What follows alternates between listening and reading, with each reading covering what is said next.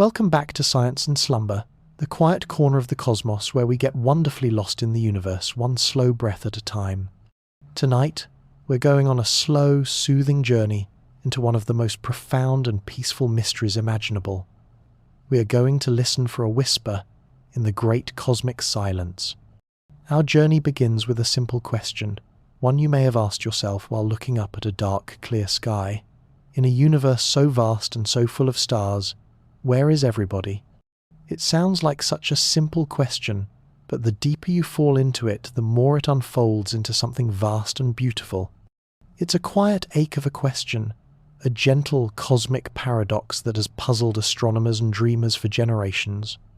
I hope this story helps you drift off into a deep and peaceful sleep, or perhaps it will keep you pleasantly curious as you float on the edge of slumber, wrapped in the wonder of it all. There is no wrong way to listen. If you feel you have a moment and your screen is still nearby, a gentle tap on the like button and maybe a quiet click to subscribe truly helps this sleepy little channel grow and reach other curious minds. It's a small gesture that makes a world of difference, but for now, all of that can fade away. It is time to settle in, get comfortable, let your body grow heavy and your mind grow light. There is nothing for you to do but breathe and listen. Let the words wash over you, like the deep and patient quiet that rests between the stars. Let the silence of your room merge with the silence of space. Our journey into that great quiet begins now, as we drift out into the first and most obvious truth of our universe, an endless ocean of stars.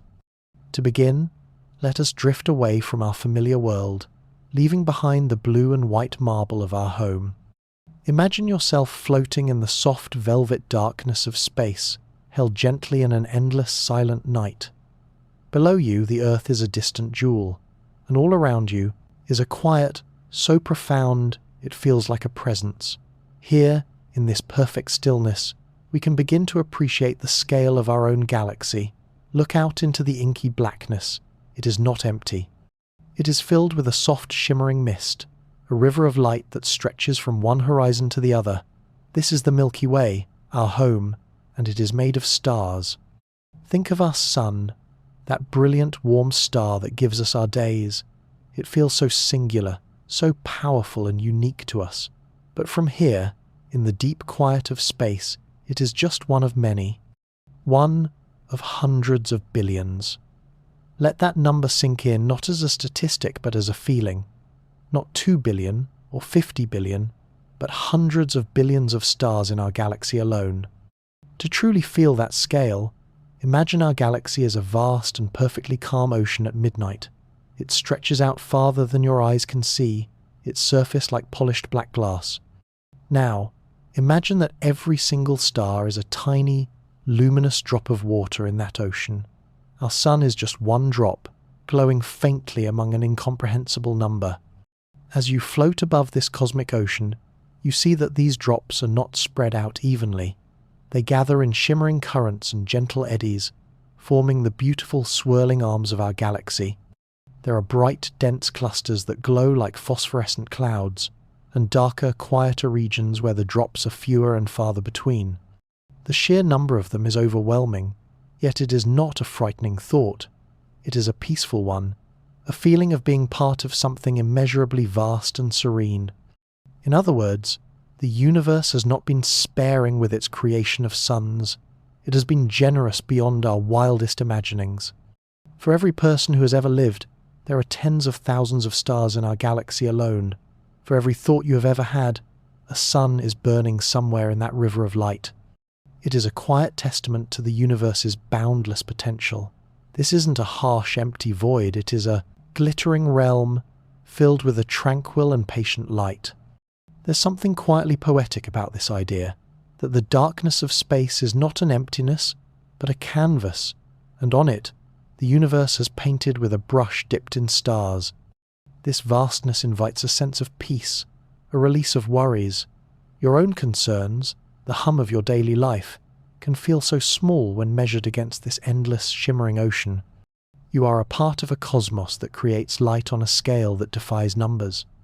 And as you float here, suspended in this beautiful, silent expanse, watching the currents of stars drift by, a gentle thought begins to form. Each of these tiny glowing drops of water, each of these patient burning suns, is a potential home. They are not just ornaments in the dark, they are centers of gravity, they are anchors. And almost every single one of them is pulling other, smaller worlds into a slow and graceful dance around it. The real turning point in our story, the thing that deepens the mystery of the silence, isn't just the number of stars, it's the number of worlds they hold. That gentle thought begins to take root and grow. Each of those points of light, each drop in our cosmic ocean, is a sun with its own story, its own family of circling worlds. For a long time we could only guess. We looked at our own solar system, with its beautiful collection of planets, the rocky inner worlds and the grand gaseous giants, and wondered if our home was a rare exception. Perhaps most stars were solitary travellers, wandering through the galaxy alone. But as our ability to see grew more sensitive, as we built telescopes that could detect the faintest of celestial whispers, the picture changed entirely. We learned that planets are not the exception, they are the rule. Imagine you are no longer floating in space, but standing on a vast, endless beach at twilight. The sand beneath your feet is fine and soft, still holding the faint warmth of the day. A gentle, the rhythmic wave washes over the shore, its sound a soft, hypnotic shushing that calms the mind. You reach down and scoop up a handful of sand. Look closely. In your palm, you hold thousands upon thousands of individual grains. Each one is a tiny, unique world unto itself. Now, feel the weight of this idea. There are more planets in our galaxy than there are grains of sand on all the beaches of Earth combined. Let that image settle into your consciousness. Every beach you've ever walked on, every coastline, on every continent, every hidden cove and sprawling shore across the entire globe, all the sand in all those places does not even begin to count the number of worlds in our own galaxy. What this really means is that the universe is a place of almost ludicrous abundance. It is a creator of worlds on a scale that humbles our language. For every star that burns, there is, on average, at least one planet. Many have more. Our own sun has 8, and countless smaller bodies. So when we look up at that shimmering river of light, we are not just seeing stars, we are seeing solar systems. We are seeing planetary families, each one a unique configuration of rock and gas and ice, all held in a slow gravitational embrace. The night sky is not a collection of lonely lights, it is a city of unseen worlds. There's something so peaceful in this realization. The cosmos is not empty and sparse. It is rich and full, populated with a quiet multitude of spheres. Some are likely scorched wastelands, huddled too close to their parent star. Others are frozen wanderers in the outer darkness, their surfaces encased in ancient ice. But nestled among them, in that uncountable number, are worlds that are not too hot and not too cold.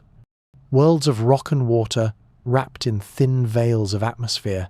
This image of the sand is not just about numbers, it is about potential. Each grain is a possibility, a place where a different story might be unfolding. As the tide gently pulls the sand from, beneath your feet, imagine those worlds, spinning in the dark. Some are red, some are blue, some are swirling with storms larger than our entire planet. They are silent, patient, and they are everywhere. As you stand on this cosmic shore, surrounded by this impossible number of potential homes, the quiet of the universe deepens. We have an ocean of stars and a shoreline of infinite worlds, but what of the ingredients for life itself?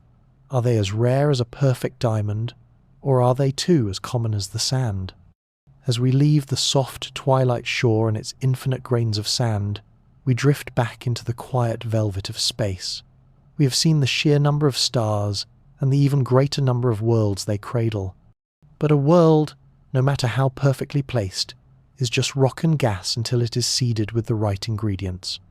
For a long time, it was thought that the elements of life, the carbon, the nitrogen, the oxygen, the water, were a kind of cosmic treasure, rare and precious things that made Earth an extraordinary exception.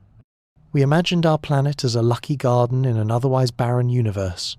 But once again, as our vision sharpened, we discovered the truth is far more wondrous and gentle. The building blocks of life are not rare at all. They are everywhere.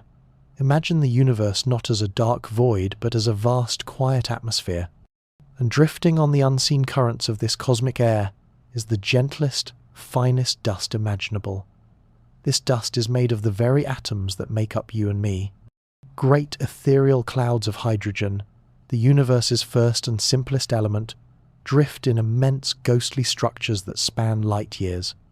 Within these clouds, like embers in a fog, new stars are being born. And as these stars live and die, they perform a slow, patient alchemy. In their fiery hearts, they forge the heavier elements. They create carbon, the flexible backbone of all known life. They create nitrogen, which builds our proteins. They create oxygen, which we breathe, and which fills our oceans. And when these stars reach the end of their lives, they don't simply fade away. In a final, magnificent gesture, they release these precious, newly made elements back out into space. They exhale a rich, life-giving dust that seeds the next generation of stars and planets. This cosmic dust is not just simple atoms. In the cold, quiet spaces between stars, these atoms find each other. They link up to form molecules. Scientists, using telescopes that can see the faint chemical signatures in deep space, have found an astonishing variety of organic compounds just floating in the void. They found alcohols, sugars, and even amino acids, the fundamental components of proteins. They are not tucked away on planets. They are drifting in immense cold clouds, waiting. It's as if the universe has pre-mixed the batter. The recipe for life is not a secret, guarded in one special corner of the cosmos. It is written on the interstellar winds. In other words, the cosmos is profoundly biased in favor of life's ingredients. The very processes that create stars and planets also create the raw materials for biology. Water, we have learned, is one of the most common molecules in the universe. We see its signature in the atmospheres of giant planets, in the rings of Saturn, and in the distant dusty clouds where new solar systems are forming. There is more water adrift in space than in all the oceans of the Earth. It's a quiet, humbling thought. The universe is not withholding the ingredients. It offers them up freely, scattering them like a farmer, sowing seeds across an endless field. There is something quietly beautiful about this idea, that every world, as it forms, is dusted with the potential for life. The building blocks are not an afterthought, they are part of the initial inheritance. So now we have our ocean of stars, our infinite shores of planets, and a gentle cosmic dust carrying the recipe for life. The stage is set. But there is one final crucial element we must consider, one that is perhaps the most generous of all, and that is the gift of deep, patient time. We have gathered the grandest of ingredients, an ocean of stars, a shore of countless worlds, and a fine, life-giving dust scattered throughout the cosmos. But these elements, as abundant as they are, need a medium in which to work their slow magic. They need an immense and patient stage. This final component, the one that makes the silence so deeply mysterious, is the staggering age of the universe. We must now expand our sense of scale, not just in space, but in time. Imagine the entire history of the universe as a single vast cauldron, simmering over a low cosmic fire. The fire was lit almost 14 billion years ago, in the silent explosion of the Big Bang. In the beginning, the cauldron held only the simplest ingredients, hydrogen and helium, swirling in a hot, dense fog.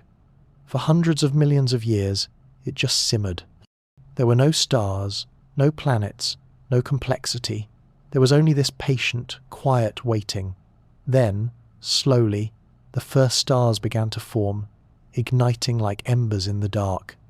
These were the first fires to begin cooking the heavier elements, the ones we now know are essential for life. This was the very first step, and it took place over 13 billion years ago.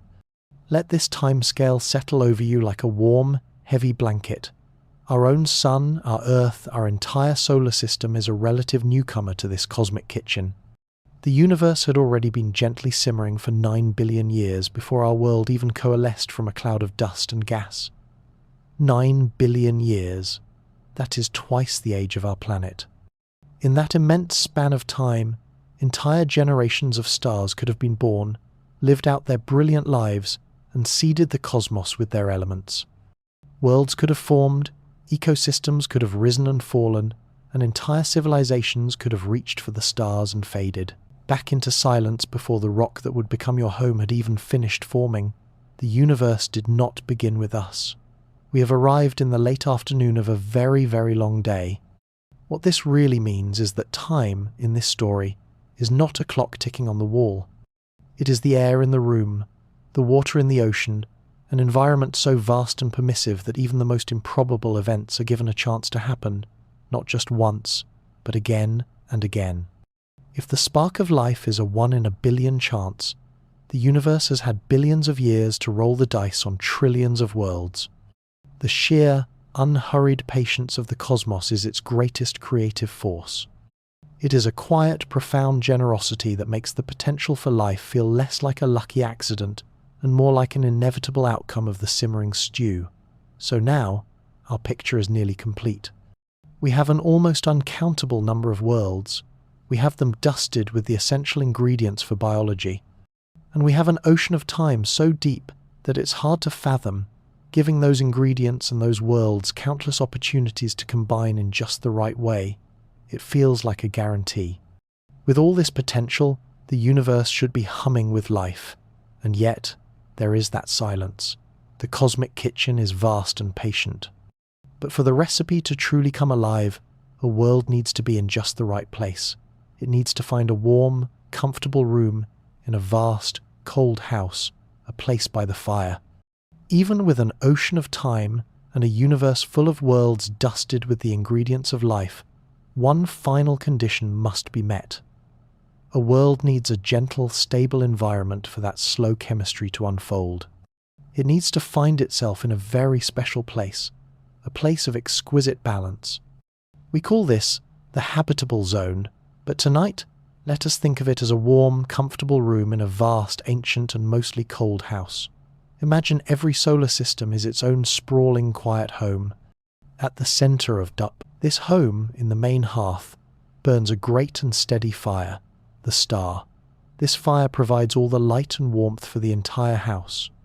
Now, picture the planets as inhabitants of this house, each occupying a different room or a different orbit. Some rooms are built right up against the hearth. Here, in these inner orbits, the heat is overwhelming. Imagine a world like Venus, our neighbour, in a room pressed right against the fiery glass of the fireplace. The light is blinding, the heat so intense it would melt lead. Any water would have boiled away into steam billions of years ago. This room is a blistering, searing place, beautiful in its power, but far too hot for the delicate dance of life as we know it. It is a room of fire and pressure, not of gentle flowing streams. Now, let us imagine the other rooms, the ones far from the hearth in the cold, draughty outer hallways of the house. Here, a planet like Jupiter or Saturn drifts in a state of perpetual deep winter.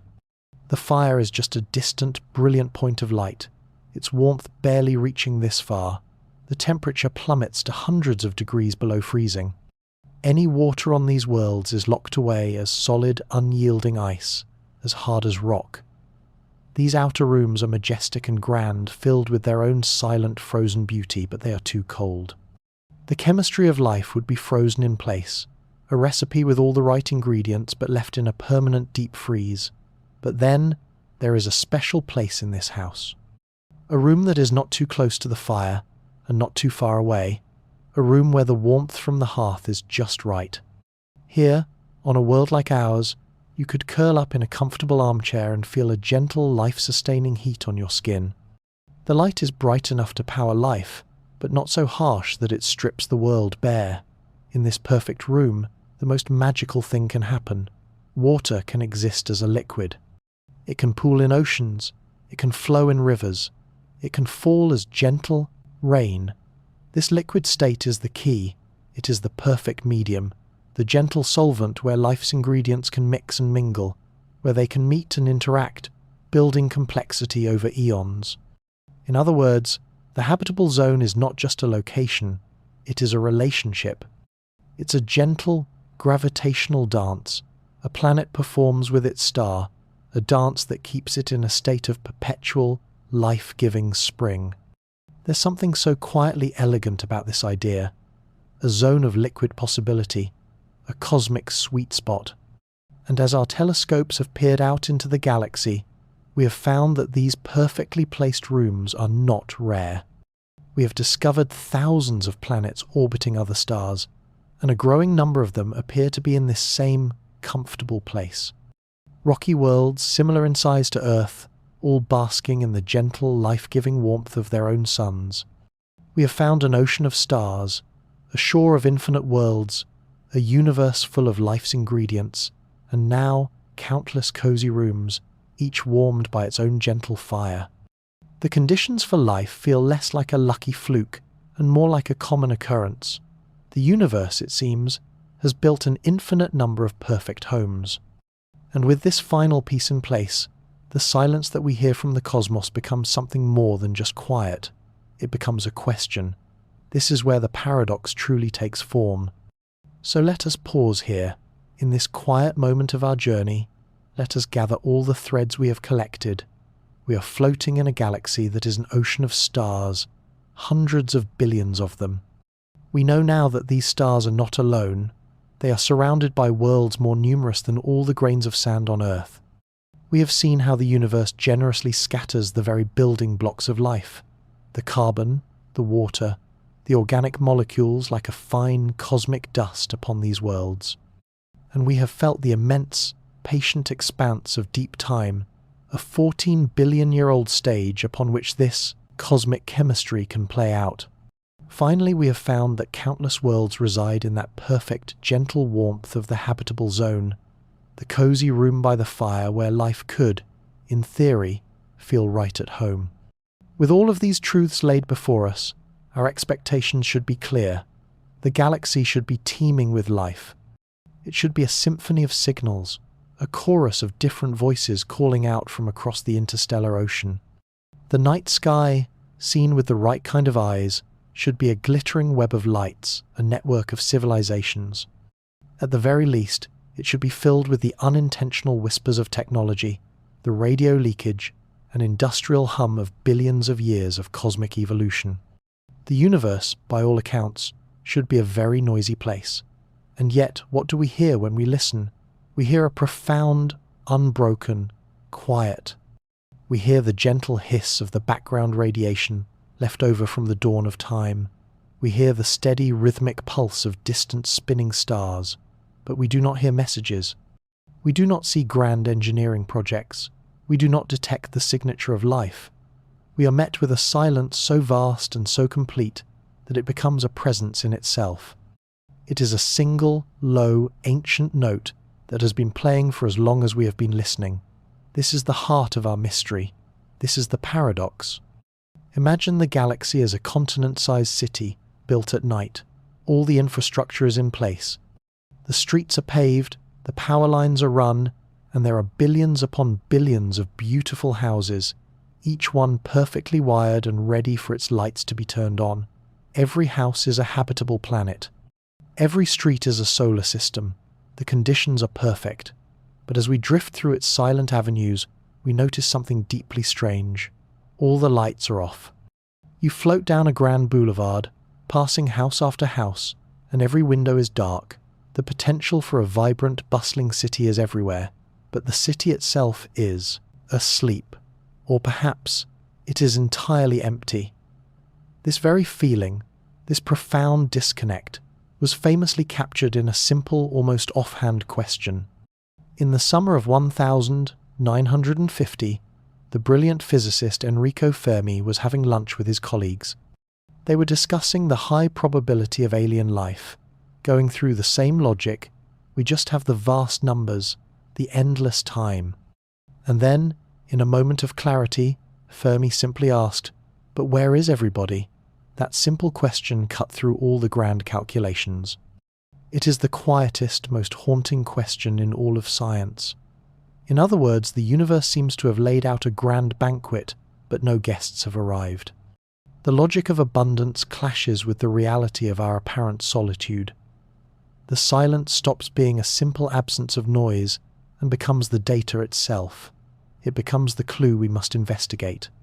The question then is no longer if the ingredients for life are out there, but why they haven't led to something we can see. Perhaps the journey from a quiet, living world to a civilization that can light up the city is not a simple one. Perhaps the path is a long and narrow one, lined with a series of whispering gates, and somewhere along that path there is a gate that is almost impossible to pass through. The silence, then, is not an answer but a clue. It suggests that our logic so far has been too simple. We have imagined a wide, easy road from a warm, wet planet to a starfaring civilization. But perhaps the road is not like that at all. Perhaps it is more like a long, winding path through a series of narrow, treacherous passages. This idea is known as the Great Filter, but tonight, let's imagine it not as a single, brutal wall, but as something quieter and more mysterious. Let's imagine it as a long and ancient path, winding through a deep, cosmic valley, and along this path, at crucial junctures, stand a series of whispering gates. Picture this path.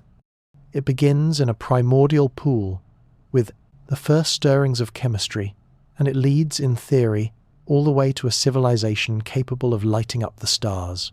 The path is billions of years long. Each gate on this path represents a monumental evolutionary leap, a transition so difficult and so improbable that it filters out almost every form of life that attempts to pass through it. Life might be common in the universe, it might start on countless worlds, but to make it all the way to the end of the path is another story entirely. The silence we hear across the cosmos could be the sound of billions of journeys ending at one of these gates.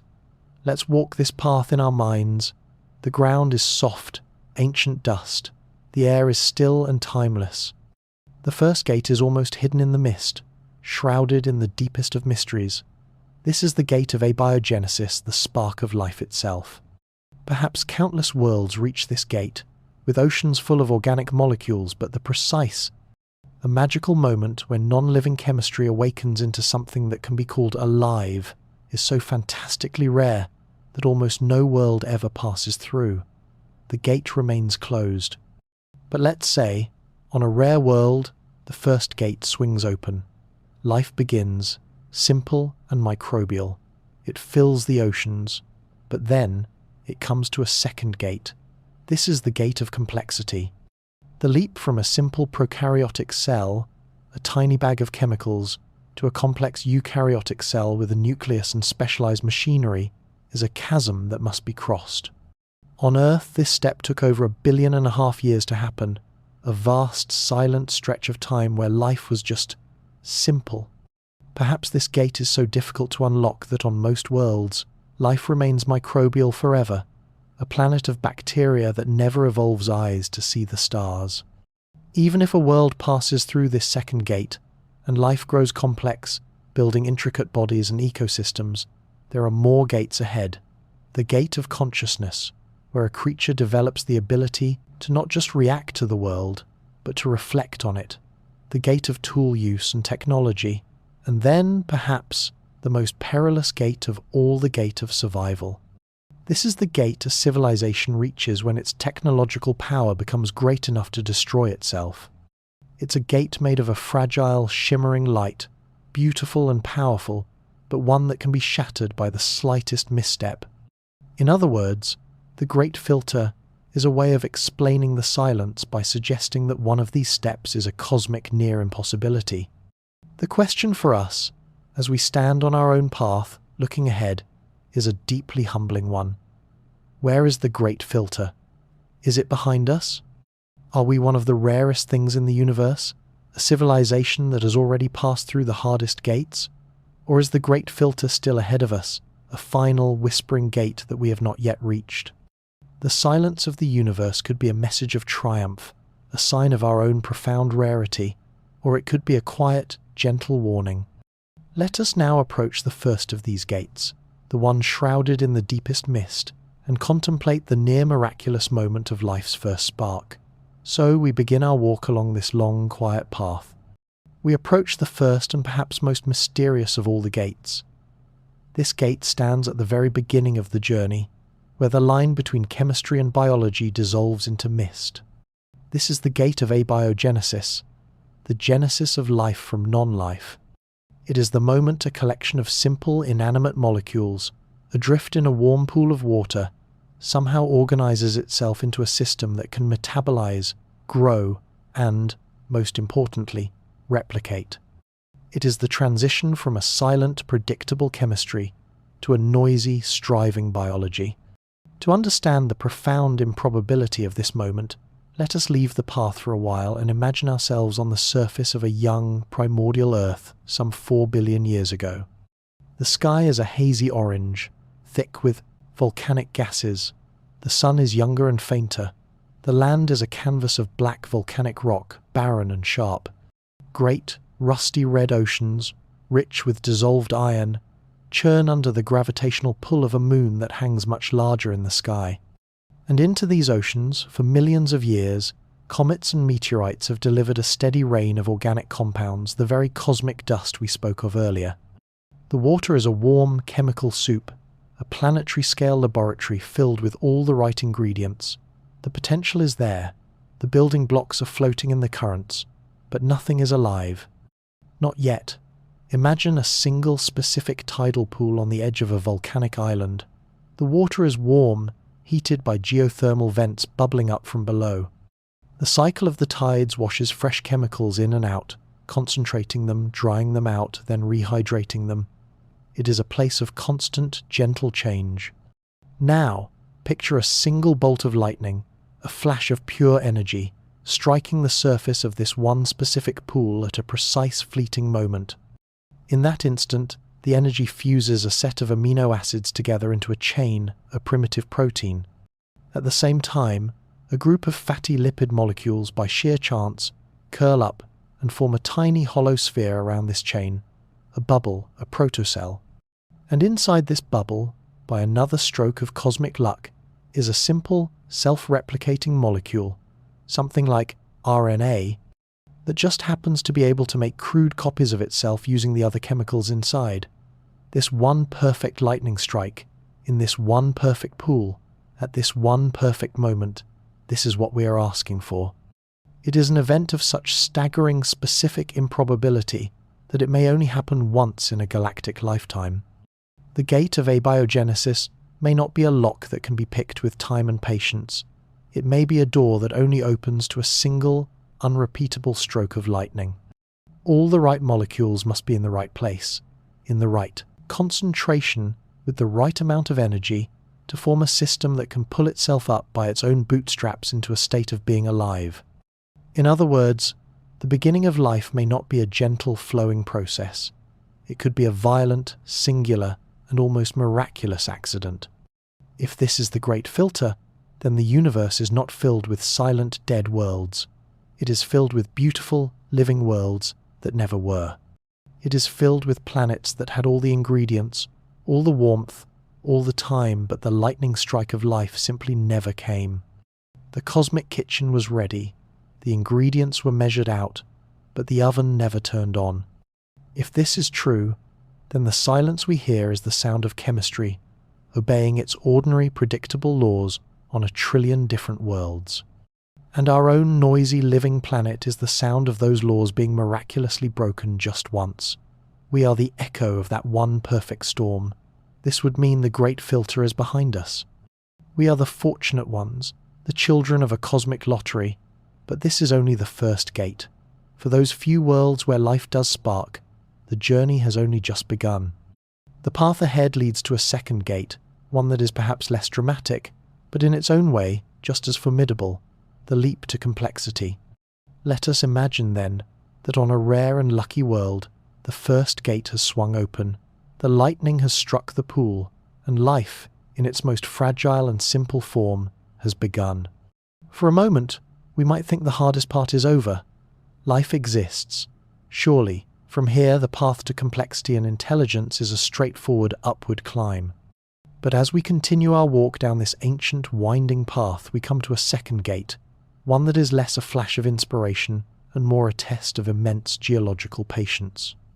This is the gate of complexity, and it represents a chasm that life on Earth took more than 1 billion years to cross. For the first chapter of life's story on our planet, life was just stuck.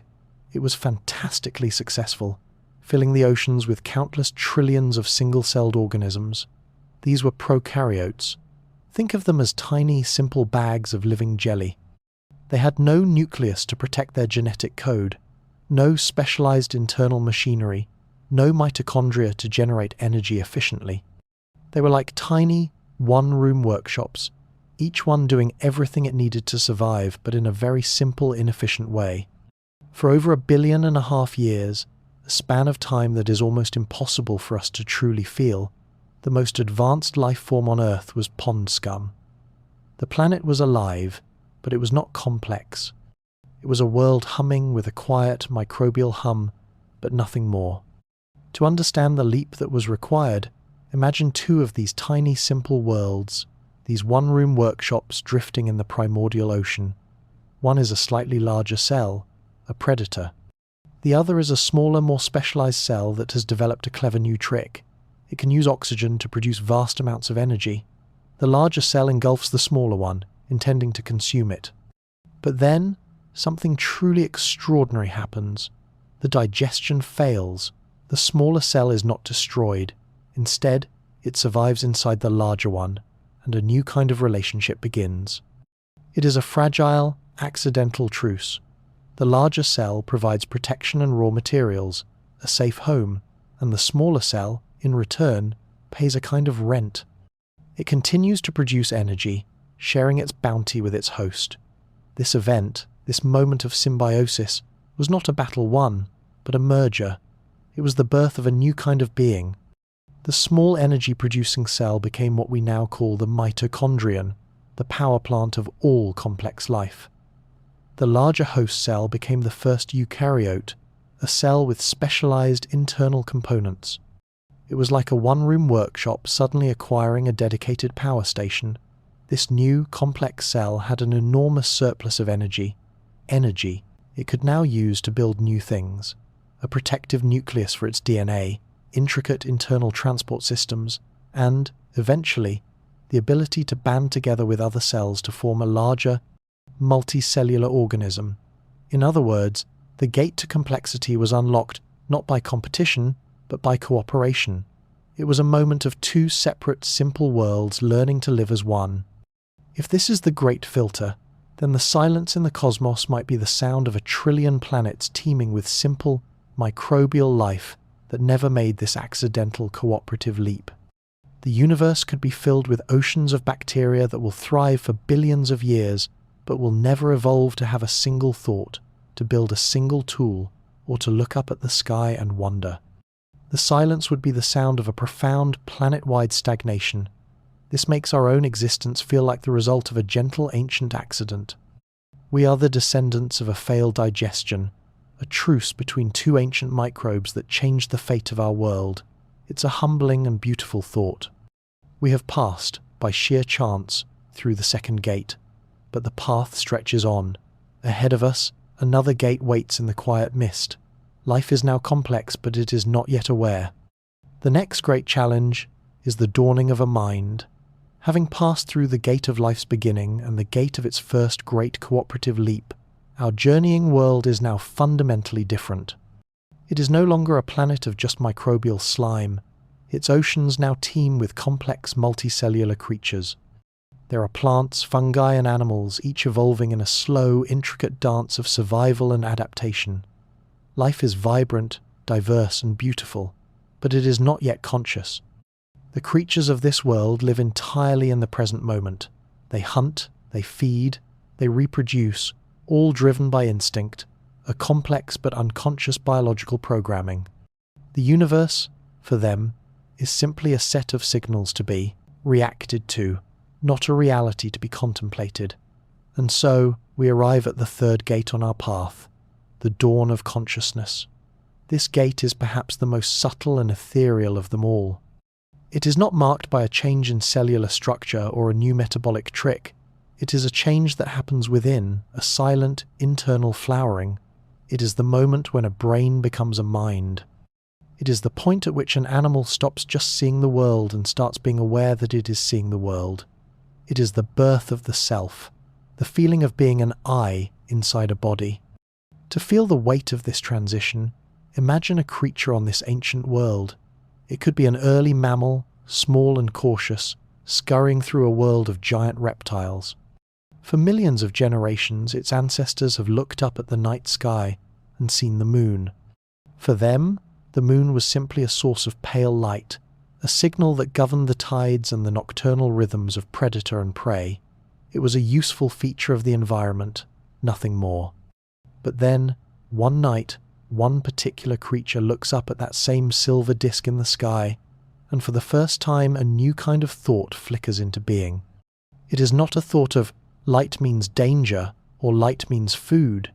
It is a thought of pure, unbidden wonder. What is that? In that single quiet question, the universe has done something astonishing. It has woken up inside this one small creature.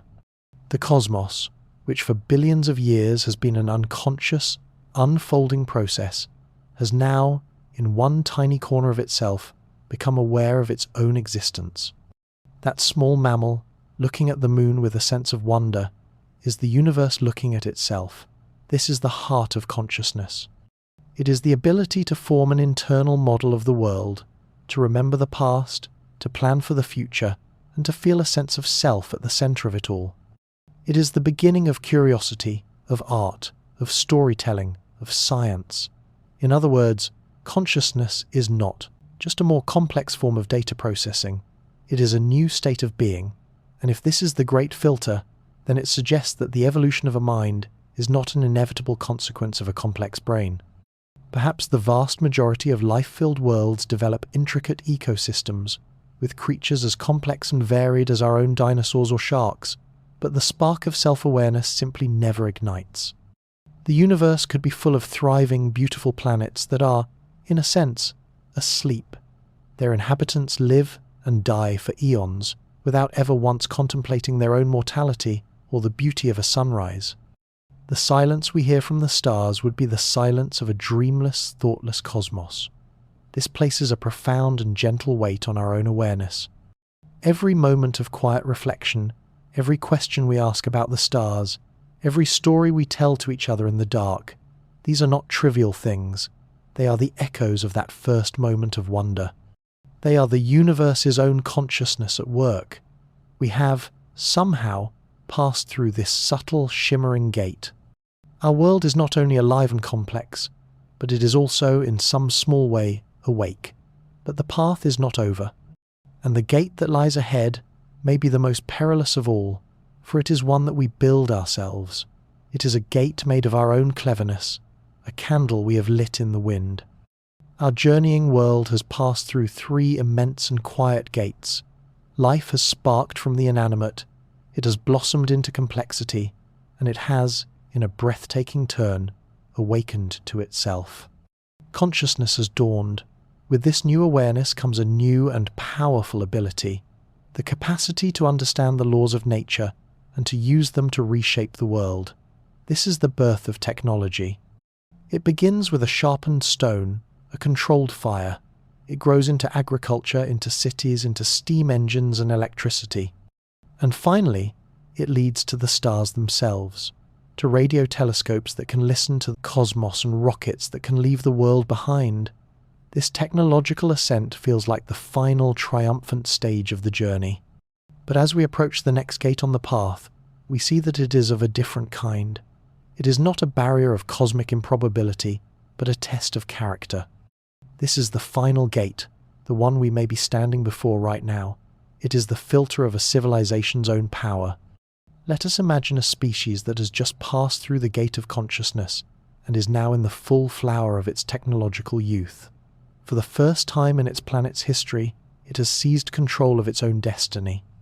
It can cure diseases, it can generate immense power, it can connect its entire population in a single global conversation. It has, in a very real sense, become like a god to all other life on its world. In its brilliance, it has lit a great and beautiful candle in the cosmic darkness. Its light is a beacon of intelligence, a testament to what life, against all odds, can achieve. From a distance, this candle is a magnificent sight, a tiny pinprick of intentional light in a vast, indifferent universe. But a candle, for all its beauty, is a profoundly fragile thing. Its flame is a delicate dancing balance of heat and fuel and air. It can be extinguished by the slightest of things, a careless breath, a sudden draught, a moment of inattention. And the very power that makes this civilization's candle so bright is also the source of its greatest vulnerability. The same nuclear forces that can power its cities can also burn its world to ash in a moment. The same industrial processes that create its wonders can also poison its air and its oceans, slowly and silently extinguishing the flame over generations. The same global network that connects its minds can also spread fear and division, turning its own members against one another. This gate is not a test of cleverness, but of wisdom. It asks a simple, terrifying question. Can a species become powerful enough to destroy itself without doing so? Can it learn to manage the fire of its own genius?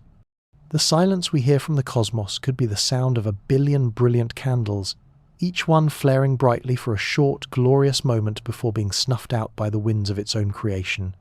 Perhaps the universe is filled with the ruins of civilizations that reached for the stars, but could not let go of the tribal instincts of their evolutionary past. Perhaps the path always leads to this gate, and this gate, almost always, leads to a quiet, self-inflicted end. In other words, the final great filter might be ourselves. It is the idea that the endgame of intelligence is a race between its creative power and its capacity for self-destruction. And if this is true, the silence is not a mystery. It is a graveyard. A quiet, somber testament to the difficulty of this final test. This thought is not meant to bring fear, but a sense of profound and gentle responsibility. It reframes our own time, our own challenges, not as a chaotic and confusing moment, but as our turn at the gate. The question of whether we make it through is not yet answered. The wind is rising, and our candle is flickering. We are left looking at our own reflection in this final shimmering gate, and we are left to wonder if the silence can be explained not by the difficulty of the path, but by the rarity of the destination itself, the preciousness of a world like our own. We have been walking a long and difficult path, contemplating the series of whispering gates that might stand between a simple spark of life and a communicative civilization. The Great Filter is a powerful idea, suggesting that somewhere along that path, a near impossible obstacle ensures the universe remains quiet. But there is another way to look at the silence, a perspective that is perhaps gentler, quieter, and in its own way, just as profound. What if there is no single dramatic filter? What if, instead, the journey is not just one difficult step, but 1,000 lucky ones? This leads us to a new family of ideas, starting with the possibility that the silence is not telling us about the universal challenges of life, but about the exquisite rarity of a planet like Earth. This is the rare Earth hypothesis. Let us step off the path of the Great Filter and instead find ourselves in a vast, cosmic gallery. This gallery is filled with portraits of all the rocky, Earth-sized planets we have discovered in the habitable zones of their stars. There are thousands of them, each one a unique work of art. From a distance, they all look promising. They are the right size, the right temperature. They are the worlds we imagined in their cozy rooms by the fire. But as we step closer and examine each portrait in detail, we begin to notice the subtle imperfections, the tiny details that make them just slightly wrong. Here is a portrait of a world that is otherwise perfect, but it was born around a volatile red dwarf star. This star, prone to violent flares, periodically scours the planet's surface with intense radiation, stripping away its atmosphere and making the emergence of life on the surface impossible. We move to the next portrait. This one shows a world with a beautiful deep ocean, but its orbit is not a gentle, near-perfect circle like ours. It is a long, eccentric ellipse. For part of its year, it swings in close to its star, and its oceans boil. For the other part, it swings far out into the cold, and its oceans freeze solid. A cycle of fire and ice, over and over, for billions of years. We keep walking through this quiet gallery. We see a world with no tectonic plates, a geologically dead world where the raw materials for life are never recycled, where the climate is not stabilized over eons. We see another world, a water world, completely covered in an ocean hundreds of kilometers deep, with no land, no shallow tidal pools. The chemical pathways that may have led to life on Earth are closed off, and then we see a world without a large, stabilizing moon like our own. Its axis of rotation wobbles chaotically over thousands of years, causing catastrophic shifts in its climate. One moment, its poles are temperate Greenlands, the next, they are locked in a deep global freeze. What this really means is that the habitable zone, that cozy room by the fire, is not enough. A planet needs more than just liquid water. It needs a staggering number of things to all go just right. It needs a stable, well-behaved star. It needs a stable, nearly circular orbit.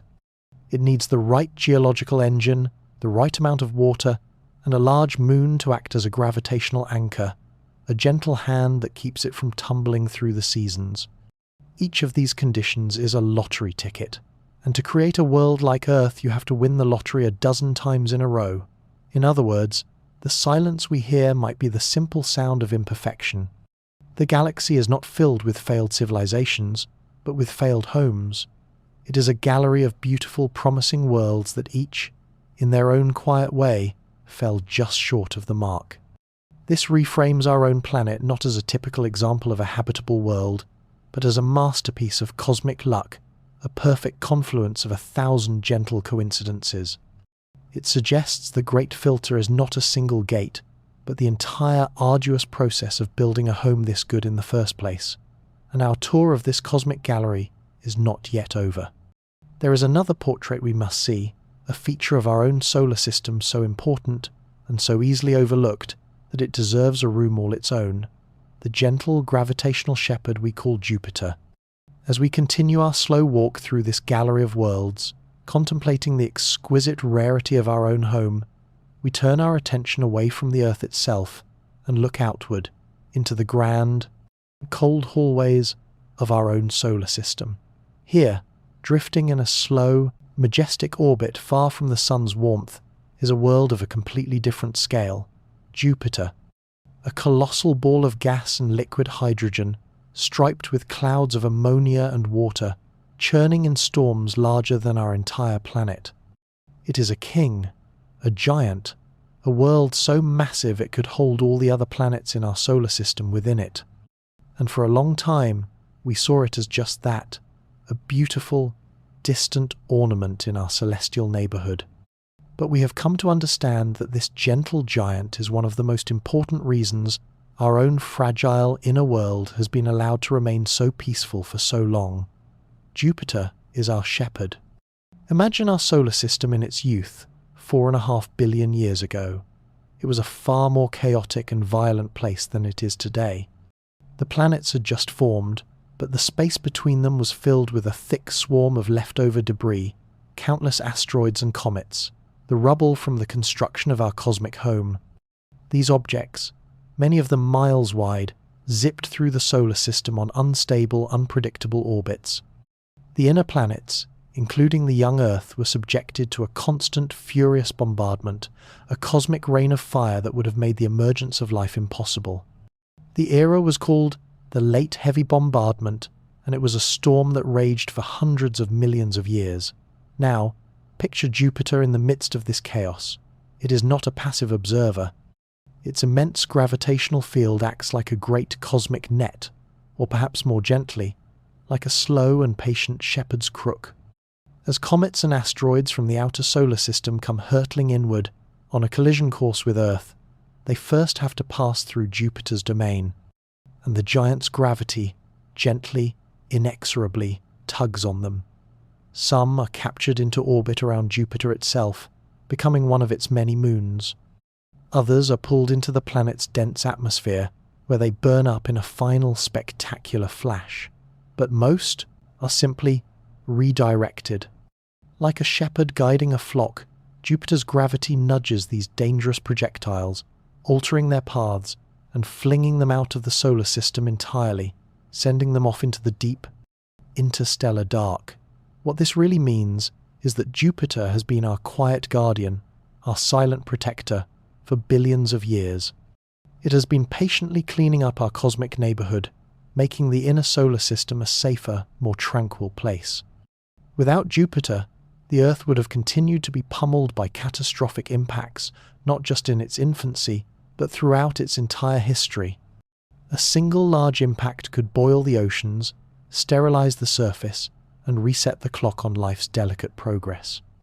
The long, unbroken chain of evolution that led to us was only possible because our planet has been allowed to exist in a state of relative peace. And for that peace, we have our distant, striped shepherd to thank. So, the rare Earth hypothesis gains another layer of quiet depth. Not only does a planet need all the right internal conditions, but it may also need the right kind of neighbors. It might need a giant gravitational guardian in its outer solar system to act as a shield. How many other solar systems have this precise architecture? How many otherwise perfect Earths have been lost because they had no shepherd to watch over them? The silence, then, could be the sound of a billion worlds that never knew a moment's peace. This thought fills us with a gentle sense of gratitude for our own cosmic home, for the intricate, silent dance of gravity that has kept our world safe. And it leads us to another, even lonelier, but strangely comforting thought. What if all these conditions, all these lucky chances, mean that we are not just rare?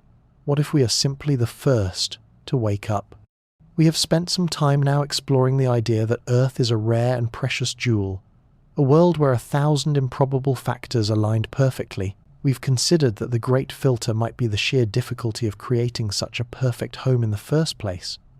But this line of thinking leads us to a new, strangely comforting, and profoundly lonely possibility. What if the conditions for life are not just rare in space, but also rare in time? What if we are, by a grand cosmic coincidence, simply the first? This is the firstborn hypothesis. Imagine the entire 14 billion year history of the universe as one long dark night. For the first few billion years, the night was filled with cosmic violence. Stars were born and died in rapid, furious succession. Supernovae, the explosive deaths of massive stars, were incredibly common, and they filled the young galaxy with sterilizing radiation. The heavy elements needed for life, the ones forged in the hearts of those first stars, had not yet been widely distributed. The universe was still a chaotic, settling place, too hot and too volatile for a delicate thing like life to take root and flourish. The night was still too stormy. But over billions of years, the night has calmed, the universe has expanded and cooled, the rate of star birth has slowed down, the galaxy has settled into a more peaceful middle age. The concentration of heavy elements has reached a sweet spot, enough to form rocky planets and the ingredients of life, but not so much that it disrupts the stable burning of stars. The long cosmic storm has passed, and a gentle, quiet dawn is beginning to break. And in the first soft light of this new cosmic morning, on a quiet world orbiting a stable third-generation star, our own consciousness has flickered into being. This hypothesis invites us to picture ourselves not as latecomers to a bustling galactic city, but as the very first people to wake up in a massive, quiet house. We open our eyes and look around. The house is beautiful, filled with countless rooms, each one perfectly furnished and ready for inhabitants. But it is utterly silent. We call out, and the only thing we hear is the echo of our own voice. In this scenario, the silence is not ominous. It is not the sound of a graveyard or a hidden danger. It is simply the gentle, peaceful quiet of the early morning, before anyone else is awake. In other words, the great silence is not an indication that we are alone forever, but simply that we are alone for now. The conditions across the galaxy have only recently become truly conducive to the long, stable evolution that complex life requires. We are not the miraculous exception to a rule. We are simply the first wave. In a few million or a few billion years, the house will begin to stir. Other lights will turn on in other rooms. Other voices will call out. But for now, in this particular cosmic moment, we have the house to ourselves. There is a serene and beautiful loneliness to this idea. It removes the pressure of the paradox. We don't have to wonder why no one has contacted us. It's because there is no one yet to make the call. It also imbues our existence with a sense of gentle, pioneering responsibility. As the first to awaken, we are the ones who will set the tone for the cosmic dawn that is to follow. The silence, from this perspective, is not an absence but a blank page, waiting for the first story to be written. It is a peaceful, expectant hush. But there is a darker, more cinematic interpretation of this cosmic quiet, one that suggests the house is not empty, but is instead filled with silent inhabitants who are all, for a very good reason, holding their breath. We have just considered a gentle, almost optimistic reason for the silence, that we are simply the first to awaken in a quiet cosmic dawn. The silence, in that view, is peaceful and expectant. But now, we must turn our gaze to a much darker, more unsettling possibility, a theory that takes the silence and reframes it not as a sign of absence, but as a sign of intelligent, deliberate caution. This is the dark forest hypothesis, and it paints a picture of the universe that is as chilling as it is cinematically grand. Imagine the universe is a vast, ancient, and profoundly dark forest at midnight. It is filled with trees that stretch up to the heavens, these are the stars, and hiding in the deep shadows, behind the trunks of these trees, are countless silent hunters. Every civilization is one such hunter. They creep through the woods noiselessly, their senses on high alert. They are all driven by a primary, unshakable instinct to stay alive. The forest is a dangerous place, and the hunters know that they are not alone. They can hear the rustling of leaves in the distance, the snapping of a twig, and they know that other hunters are out there. But they do not know their intentions. Are they friendly? Are they hostile? Can they even communicate? In this dark forest, there are two fundamental axioms. First, every civilization wants to survive. This is the bedrock of all life. Second, you can never, ever be certain of another civilization's true intentions. They might seem peaceful, but they could be hiding a deeper, expansionist motive. And because the distances between the trees are so vast, communication is slow and filled with potential for misunderstanding. A message of peace could be misinterpreted as a threat. A gesture of friendship could be seen as a clever trap. The paranoia is built into the very structure of the forest. So, what is the safest course of action for any hunter in this forest? It is to stay silent. To make a sound, to light a fire, to send out a signal of any kind, is to reveal your own position to every other hunter in the forest. And once you have been seen, there are only two possibilities. The other hunter might be benevolent, but if they are not, if they are driven by fear or a desire for resources, they will see your light as a potential threat to their own survival. And the most logical, safest way to eliminate a potential threat is to eliminate it before it has a chance to become an actual one, to strike first, without warning. Therefore, any civilization that is intelligent enough to understand the logic of the dark forest will do one thing above all else. It will hide. It will erase its own tracks, muffle its own sounds, and do everything it can to blend in with the silent, natural background of the forest. The silence of the universe, in this view, is the tense collective silence of a million hunters, all holding their breath, all listening for the first careless civilization to make a noise. In other words, the great silence is a sign of universal intelligence, not its absence. We are hearing the sound of caution. The reason we have not been contacted is because the other civilizations are far too smart to broadcast their own existence. And the reason we are still here may be because our own technological whispers, our radio and television broadcasts, have not yet been loud enough to travel very far into the woods. We are like children, happily shouting and banging on a drum in the middle of a forest at midnight, unaware of the silent, cautious predators that may be listening from the shadows. This theory turns the Fermi paradox on its head. The question is not, where is everybody, but why are we being so loud? It is a deeply unsettling thought, a cinematic and somber vision of a cosmos where the greatest wisdom is to remain unseen. And it forces us to wonder if we have been searching for the right kind of life, or if the very definition of life we've been using is far too narrow. We have just walked through the chilling, silent aisles of the dark forest, a theory that explains the cosmic quiet as a deliberate, self-imposed silence, born of caution and fear. It is a powerful idea, but it rests on a fundamental assumption that alien life, if it exists, would be recognizable to us. It assumes that other intelligent beings would be hunters in our forest, playing a game we can understand. But what if this assumption is the very source of our confusion? What if the reason we see no one is because we are looking for beings who think and act like us? What if the universe is filled with life, but it is life so fundamentally different from our own that we are incapable of perceiving it? Let us step away from the forest and into a new, more abstract space. Imagine you are standing in a grand library. The shelves stretch up into an infinite vaulted ceiling, and they are filled with books written in every language ever conceived. You are a master of one language, the language of carbon-based, water-dependent, DNA-driven life. It is a rich and beautiful language, the one that wrote the story of every living thing on Earth. And so, you walk through the library, pulling books from the shelves, looking for stories you can read. You open book after book, but they are all filled with incomprehensible symbols, with a grammar and a structure that feel alien to you. After searching for a lifetime, you might conclude that the library contains no other stories, but the truth is, the library is full of stories.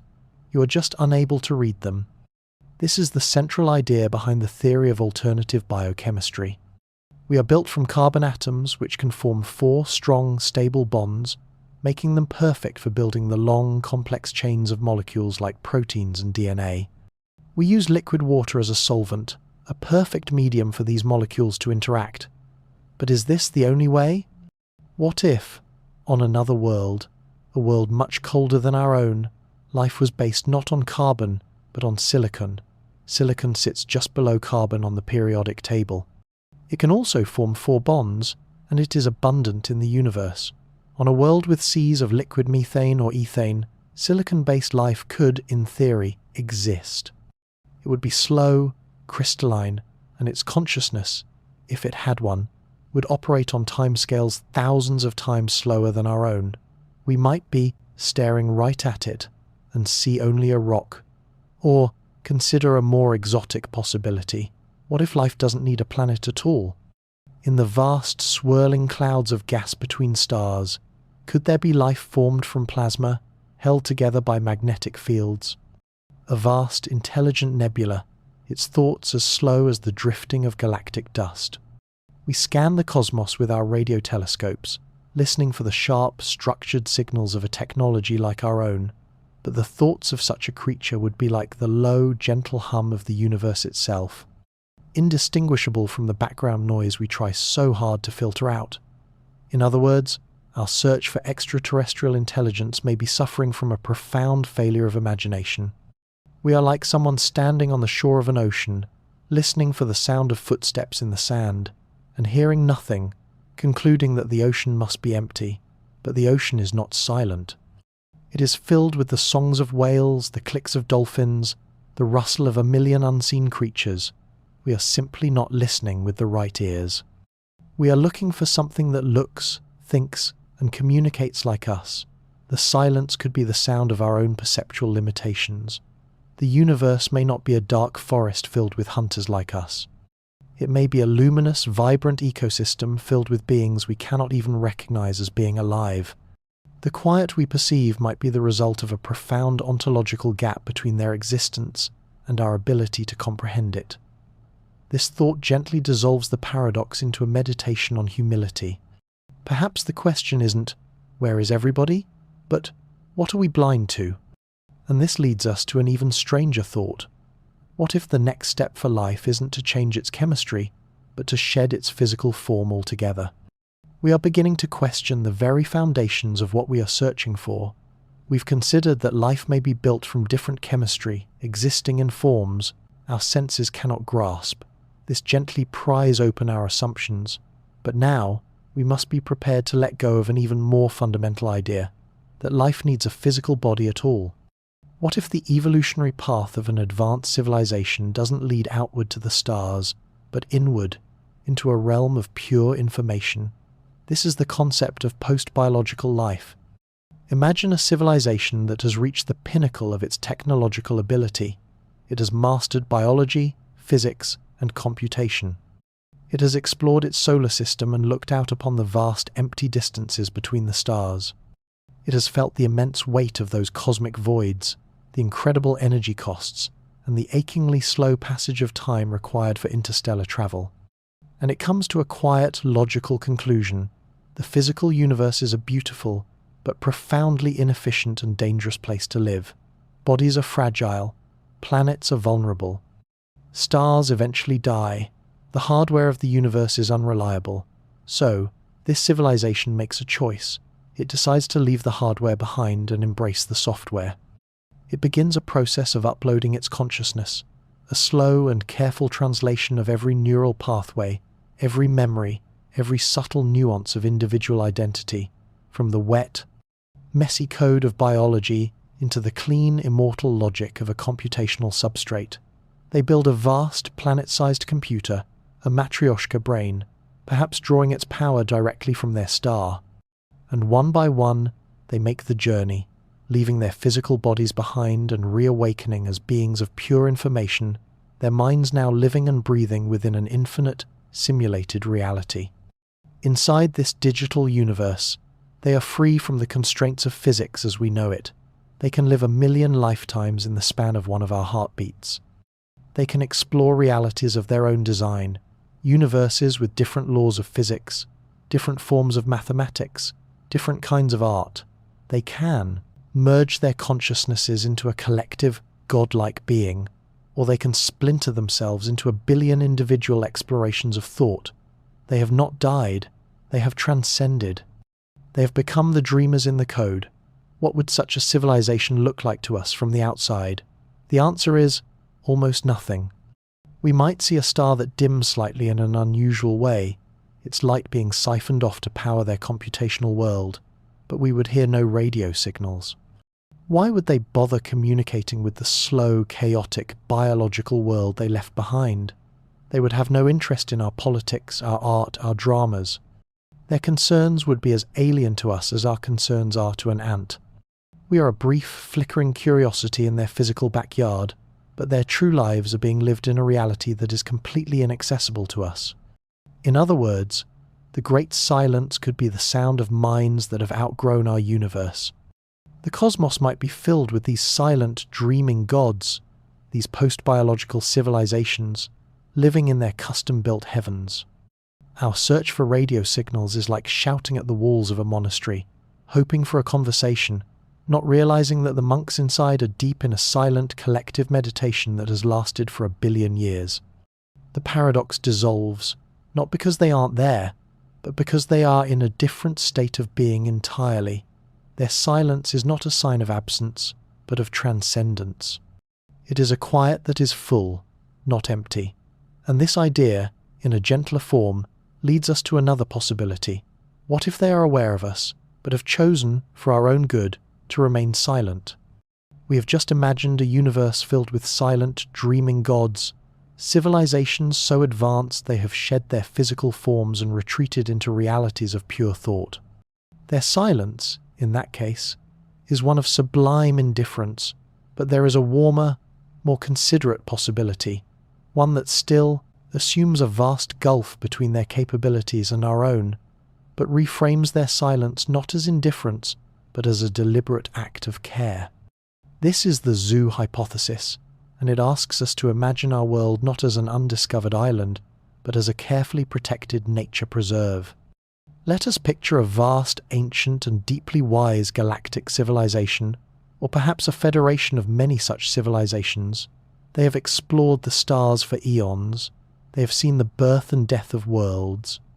They have witnessed the struggles of countless young species as they rise from the primordial ooze and begin their slow climb towards consciousness and technology. And through these long millennia of observation, they have learned a hard lesson. Contact is almost always a catastrophe for the younger culture.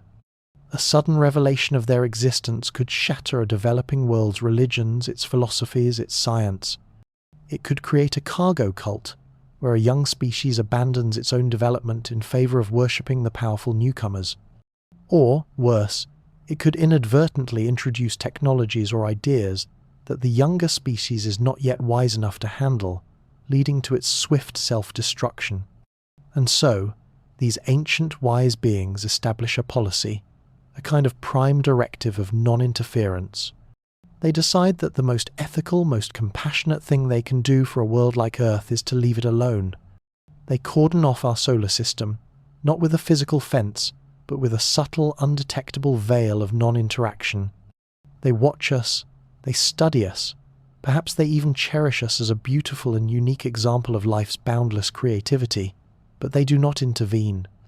Imagine our world as a beautiful, thriving coral reef in the middle of a vast, deep ocean.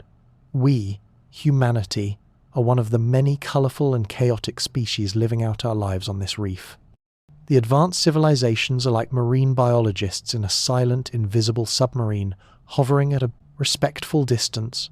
They watch our progress with a quiet, scientific fascination. They see our triumphs and our follies, our acts of kindness and our moments of violence. They are cataloguing our development, perhaps hoping that one day we will grow wise enough to survive our own technological adolescence and eventually take our own place as a fellow conscious species in the cosmos. But for now, to reveal themselves would be like a submarine suddenly surfacing in the middle of the reef. The noise, the shadow, the sheer scale of it would disrupt the delicate ecosystem in ways they could never predict and likely could never fix. In other words, the silence we experience is a quarantine. It is a protective bubble placed around us for our own good. The universe isn't empty, it's just respecting our privacy. The other voices are out there, but they have all agreed to whisper when they pass by our cradle. This theory has a gentle, almost flattering quality. It suggests that our world and our development are precious enough to be worth protecting. It turns the silence from a haunting mystery into a sign of unseen, benevolent care. There is something quietly comforting about this idea. The paradox vanishes, replaced by a sense of being part of a larger, older and wiser cosmic community that is simply giving us the room we need to grow. The silence is not a void, but a sanctuary. It's a quiet garden, and we are the flowers that are not yet in full bloom. But this idea still assumes that the action is all happening on the surfaces of planets. Perhaps we've been looking in the wrong part of the garden altogether. Perhaps the most abundant life is buried, hidden from view, in the deep, dark oceans of icy worlds. We have been imagining the silence as a choice, a deliberate act of care from a wise, unseen civilization. But this, like so many other theories, still holds a deep, Earth-centric bias. It assumes that life, wherever it arises, will live on the surface of its world, under the light of its star, with a clear view of the cosmos. It assumes that other beings would have a sky to look up at. But what if the most common homes for life in the galaxy are not on the surface at all? What if the real nurseries of the cosmos are buried deep, hidden from our view beneath miles of impenetrable ice? Let's imagine you are standing on the surface of a world like Jupiter's moon, Europa. The landscape is a vast, silent expanse of frozen water, cracked and crisscrossed with ancient fissures. The sun is just a brilliant, distant star in a black sky, its warmth utterly incapable of touching this deep frozen world. The silence here is absolute, a stillness that has reigned for billions of years. If you were to scan this world for life, you would conclude, without a doubt, that it is a dead place. It is a beautiful, sterile, cosmic ice rink. This is what our telescopes see when they look at the icy moons of our outer solar system. But now, let us begin a slow descent. Imagine sinking down through that solid, frozen crust. For the first few miles, the ice is brittle and cold. But as we go deeper, the immense pressure from the layers above, combined with the gentle tidal flexing from the giant planet Jupiter nearby, begins to generate a tiny amount of heat.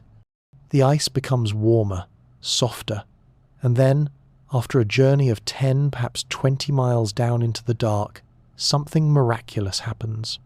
The ice gives way to liquid. We have passed through the world's frozen shell and have emerged into a vast, dark global ocean, an ocean that has been liquid for billions of years, completely shielded from the radiation and impacts of space. Here, in this endless, silent darkness, there is no sunlight. Photosynthesis is impossible, but life does not always need the sun.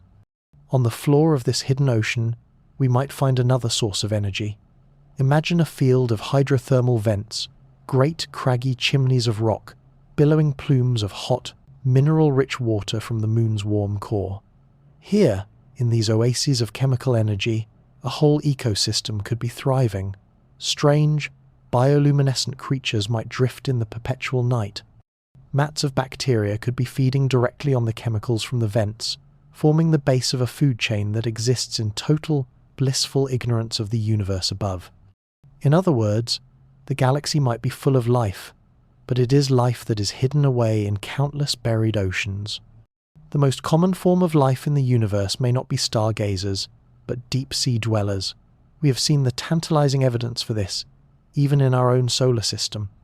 Saturn's moon Enceladus has been seen spraying geysers of water, ice, and organic molecules out into space from a hidden ocean of its own.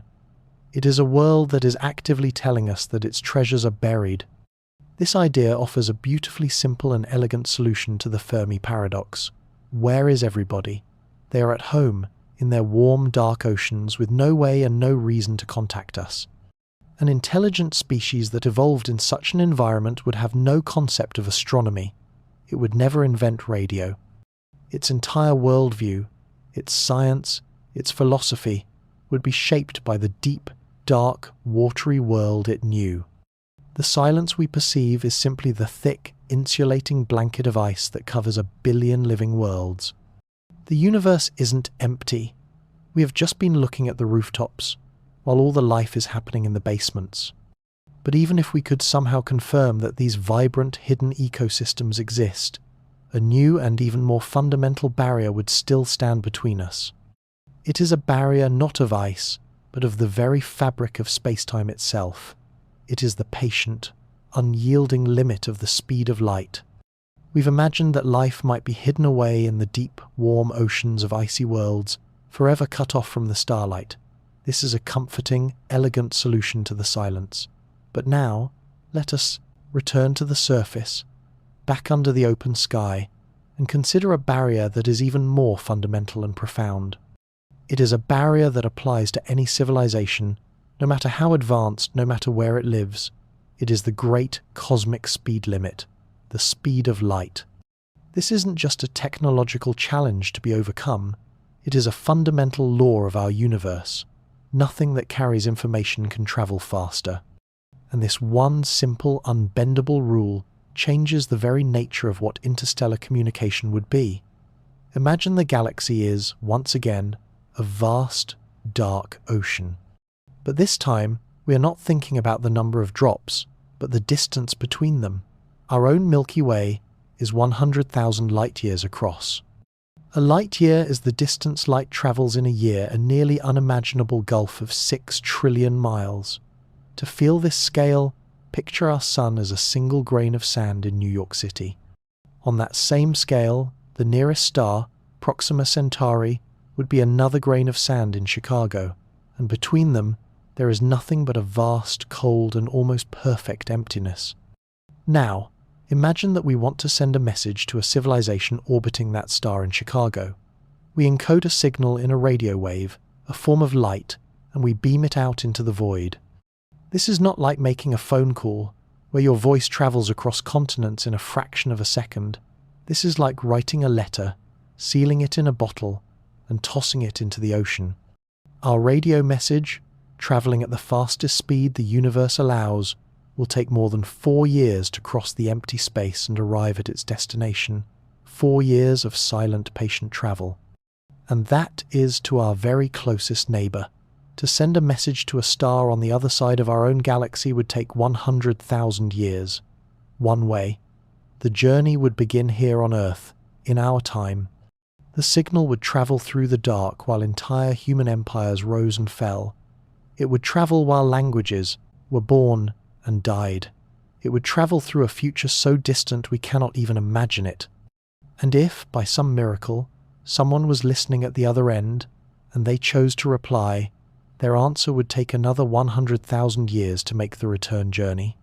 What this really means is that the universe is not built for conversations, it is built for monologues. The speed of light imposes a staggering, almost absolute isolation upon every world. The dream of a bustling, talkative galactic federation, with ships zipping back and forth and delegates debating in real time, is a fantasy. The reality would be far slower, more patient, and more lonely. In other words, the silence we hear might be the natural state of a universe governed by this immense, unyielding speed limit. Perhaps civilizations are out there, perhaps they are even sending messages, but these messages are not a constant chatter. They are rare, precious, and incredibly slow. They are the messages in a bottle, drifting in the cosmic ocean. The chances of one of them washing up on our particular shore at the exact moment we happen to be looking down at the sand is vanishingly small. The silence, then, is not a sign of absence, but a consequence of the sheer soul-crushing vastness of the space that separates the speakers. It is the sound of distance itself, and it forces us to ask what a conversation across such an impossible gulf would even feel like. We have just felt the immense, isolating weight of the speed of light. It transforms the dream of a quick chat with a neighbour into a slow, generational act of faith, a message in a bottle tossed into a cosmic ocean. This realization is profound, but let us now push the idea a little further. Let us imagine that we do, somehow, manage to start a conversation.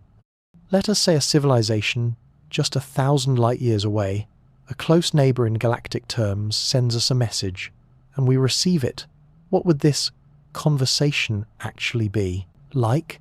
Imagine your great-great-grandparents, 1,000 years ago, writing a letter. They pose a simple question, perhaps asking about the world of the future. They seal it, and it begins a long, slow journey through time. It is passed down from generation to generation, carefully preserved, until it finally reaches you, today. You read their ancient script, you feel the weight of their question, and you decide to answer. You write a thoughtful, detailed reply, and you seal it away, knowing that your answer will only be read by your own descendants 1,000 years from now. This is the nature of an interstellar dialogue. It is a conversation not between individuals but between ages. The first message arrives.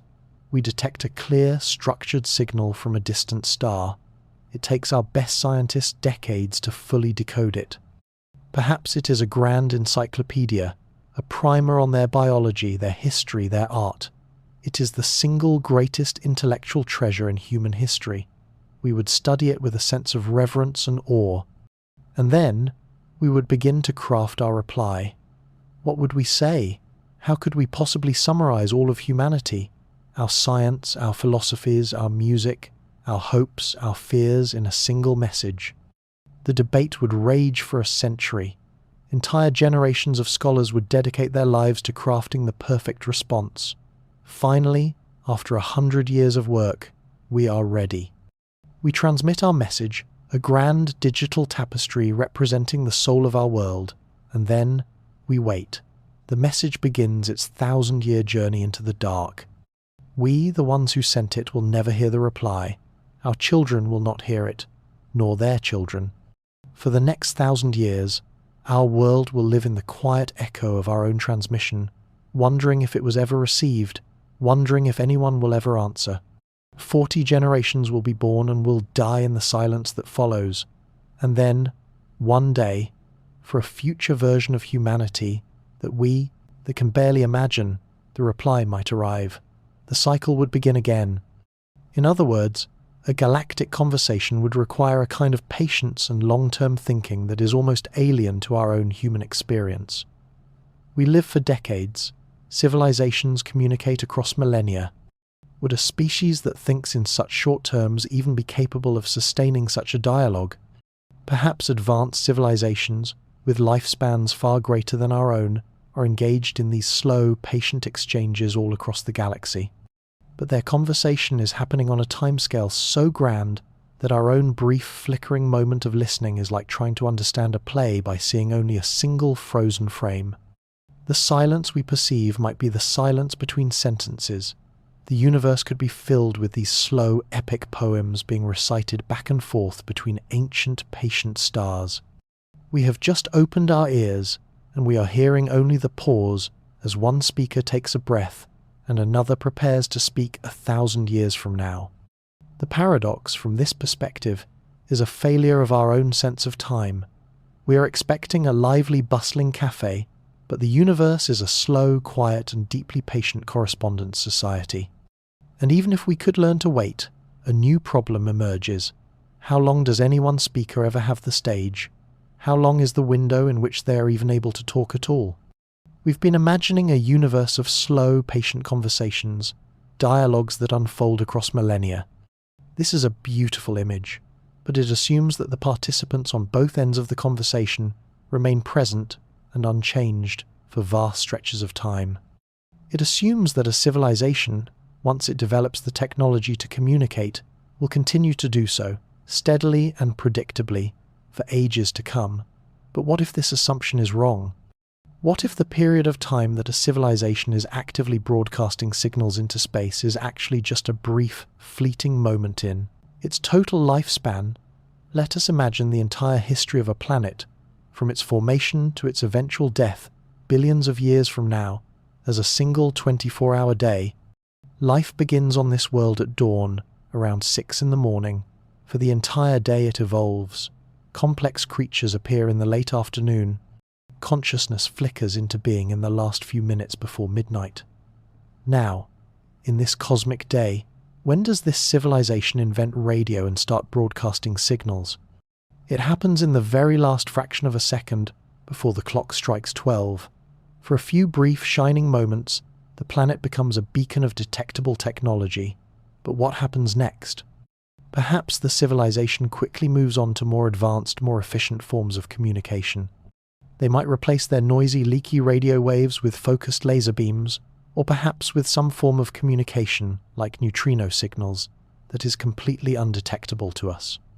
Their planetary chatter would suddenly go dark, not because they died, but because they became more sophisticated. Or perhaps they fall victim to one of the great filters we spoke of earlier. They destroy themselves in a war, or succumb to an ecological collapse. The bright, technological light simply goes out. Either way, their time on the galactic stage as a loud civilization is incredibly short. Now, picture the galaxy as a vast, dark meadow on a summer night. Every potential civilization is a firefly. Over the course of the long cosmic night, billions of these fireflies will light up, but each one only flashes for a moment. A brief, beautiful pulse of light, and then it is gone. For us, here on Earth, to see another civilization, two things must happen. Another firefly must flash, and we must happen to be looking in its exact direction during the brief, fleeting instant of its glow. The universe could have been, and could one day be, a glittering field of these momentary flashes, but for them to overlap in both space and time, for one firefly to see another, would be an event of incredible rarity. The silence we perceive is the darkness between the flashes. It is the sound of an empty stage, not because there are no actors, but because we have missed their performances. We arrived at the theatre after one play ended, and we may leave before the next one is set to begin. In other words, the great silence might be a problem of coincidence. Life might be common. Intelligence might be common, but the number of civilizations that are currently at a similar, detectable technological level as us might be 1. Just us. We are a single firefly, flashing in a vast, dark meadow, wondering why no other lights are flashing back at this very moment. It's a lonely thought, but it is not a hopeless one. It simply suggests that the universe's wonders are spread out, not just across space, but across a deep and patient timeline. This view also invites a gentle sense of humility about our own efforts. We have only been listening for a few decades, a mere blink of an eye, and as we consider the scale of our search, we are forced to admit just how little of the meadow we have truly scanned. We have just considered the humbling possibility that the universe is like a dark meadow, and civilizations are like fireflies, flashing for a brief, beautiful moment in the immense night of time. The silence, in this view, is the darkness between those fleeting glows. This thought naturally leads us to look inward, to examine the nature of our own search. We have been listening for only a few decades, a mere instant. And this brings us to one of the most powerful and quietly humbling explanations for the great silence, the sheer, staggering scale of the task itself. We think we are searching the cosmos, but we have barely begun. To truly feel this, imagine you are standing on the shore of a vast, calm ocean. This ocean represents all the possible ways an alien signal could reach us. Its surface, the area, is all the points in the sky our telescopes could look. Its depth is all the radio frequencies they could listen to. Its currents and tides are all the different moments in time the signal could arrive. And its waters are filled with countless possible ways a message could be encoded. This ocean is, for all practical purposes, infinite. Now, in your hand, you hold a single small porcelain teacup. This teacup represents the entirety of humanity's search for extraterrestrial intelligence. All the hours, all the funding, all the powerful radio dishes, all the patient astronomers staring at screens for the last 60 years, all of it fits inside this one tiny cup. You walk to the edge of the water, where the gentle waves lap at the sand. You bend down and you dip your teacup into the immense shimmering surface, scooping up a few ounces of water. Then you lift it and you peer inside. You see water. You see a few floating specks of algae, perhaps a single grain of sand. You see no dolphins, no whales, no magnificent bioluminescent creatures from the deep. And from this one single sample, you stand up, look out at the horizon, and declare with confidence, this ocean is empty. There is no life in it. This is, without exaggeration, the state of our search. The silence we have recorded is the silence of one teacup of water drawn from all the oceans of the world. What this really means is that we have searched almost none of the available space.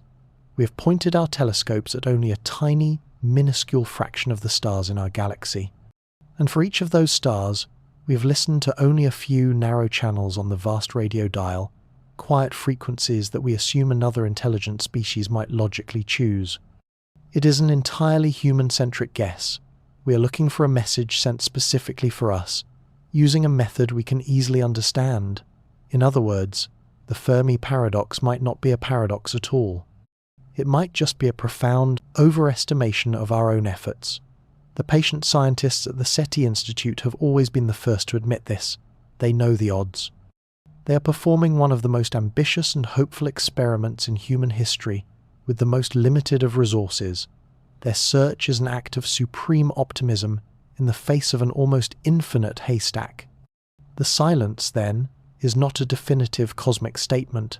It is the predictable result of a search that has barely begun. It is the sound of our own limitations. This brings a quiet humility to our journey. It suggests that the answer to the great question, where is everybody, might simply be, we haven't looked. We have stood at the edge of the grandest ocean imaginable, and we have only just begun to wet our feet. But this thought also raises a deeper, more subtle question. What if, by some incredible, miraculous chance, our teacup did scoop up the right drop of water? What if a signal is already in our data, buried so deeply in the cosmic noise that we simply can't see it? We have humbled ourselves with the image of a single teacup dipped into a cosmic ocean, a metaphor for our tiny, nascent search for other minds. This perspective suggests the silence is simply a lack of adequate searching, but let us now entertain a different, more subtle possibility. What if we have already collected the signal? What if, in one of our radio dishes, on a forgotten magnetic tape in some dusty archive, the whisper of another civilization is already recorded? The problem is not that the signal isn't there, but that we don't have the first idea how to find it. The challenge is not just searching the ocean, but recognizing a fish when we see one. Imagine you are standing in the middle of a hurricane. The wind is a deafening, chaotic roar. Trees are swaying, debris is flying, and the air is filled with 1,000 different shrieking sounds. Now, imagine that somewhere in this maelstrom, a single person is whispering, a perfectly structured, beautifully composed poem. Your task is to hear that poem. You have a microphone and you can record all the noise. But when you play it back, all you hear is the overwhelming, formless chaos of the storm. The whisper is in there, completely drowned out, its delicate structure utterly lost in the raw, violent power of the background noise. This is the challenge of finding a signal from deep space. The universe is not a quiet, pristine library. It is a loud, messy, and chaotic place. Our own galaxy is a roaring hurricane of natural radio waves. Pulsars, the dense, spinning remnants of dead stars, sweep the cosmos with powerful beams of energy, like cosmic lighthouses. Quasars, the supermassive black holes at the centers of distant galaxies, scream with the energy of 1 trillion suns. And permeating everything is the cosmic microwave background, the gentle, static hiss left over from the Big Bang itself. This is the storm, and a signal from an alien civilization would be the whisper. We assume that a signal would be obviously artificial. We look for a narrow, repeating, structured beacon, something that looks like a clean, pure sine wave on our monitors. This is our idea of an intentional message. But what if a truly advanced civilization communicates in a way that is far more efficient and complex? Their signals might be compressed, encoded, and spread out over a vast range of frequencies in a way that, to our simple analysis, is completely indistinguishable from random natural noise. It would be a message so sophisticated, so information-dense, that it would look to us like the wind. In other words, we are searching for a needle in a haystack, but we may not even know what a needle looks like. We are trying to hear a poem in a hurricane, but we may only be capable of hearing the roar. The great silence, from this perspective, could be the sound of our own technological infancy.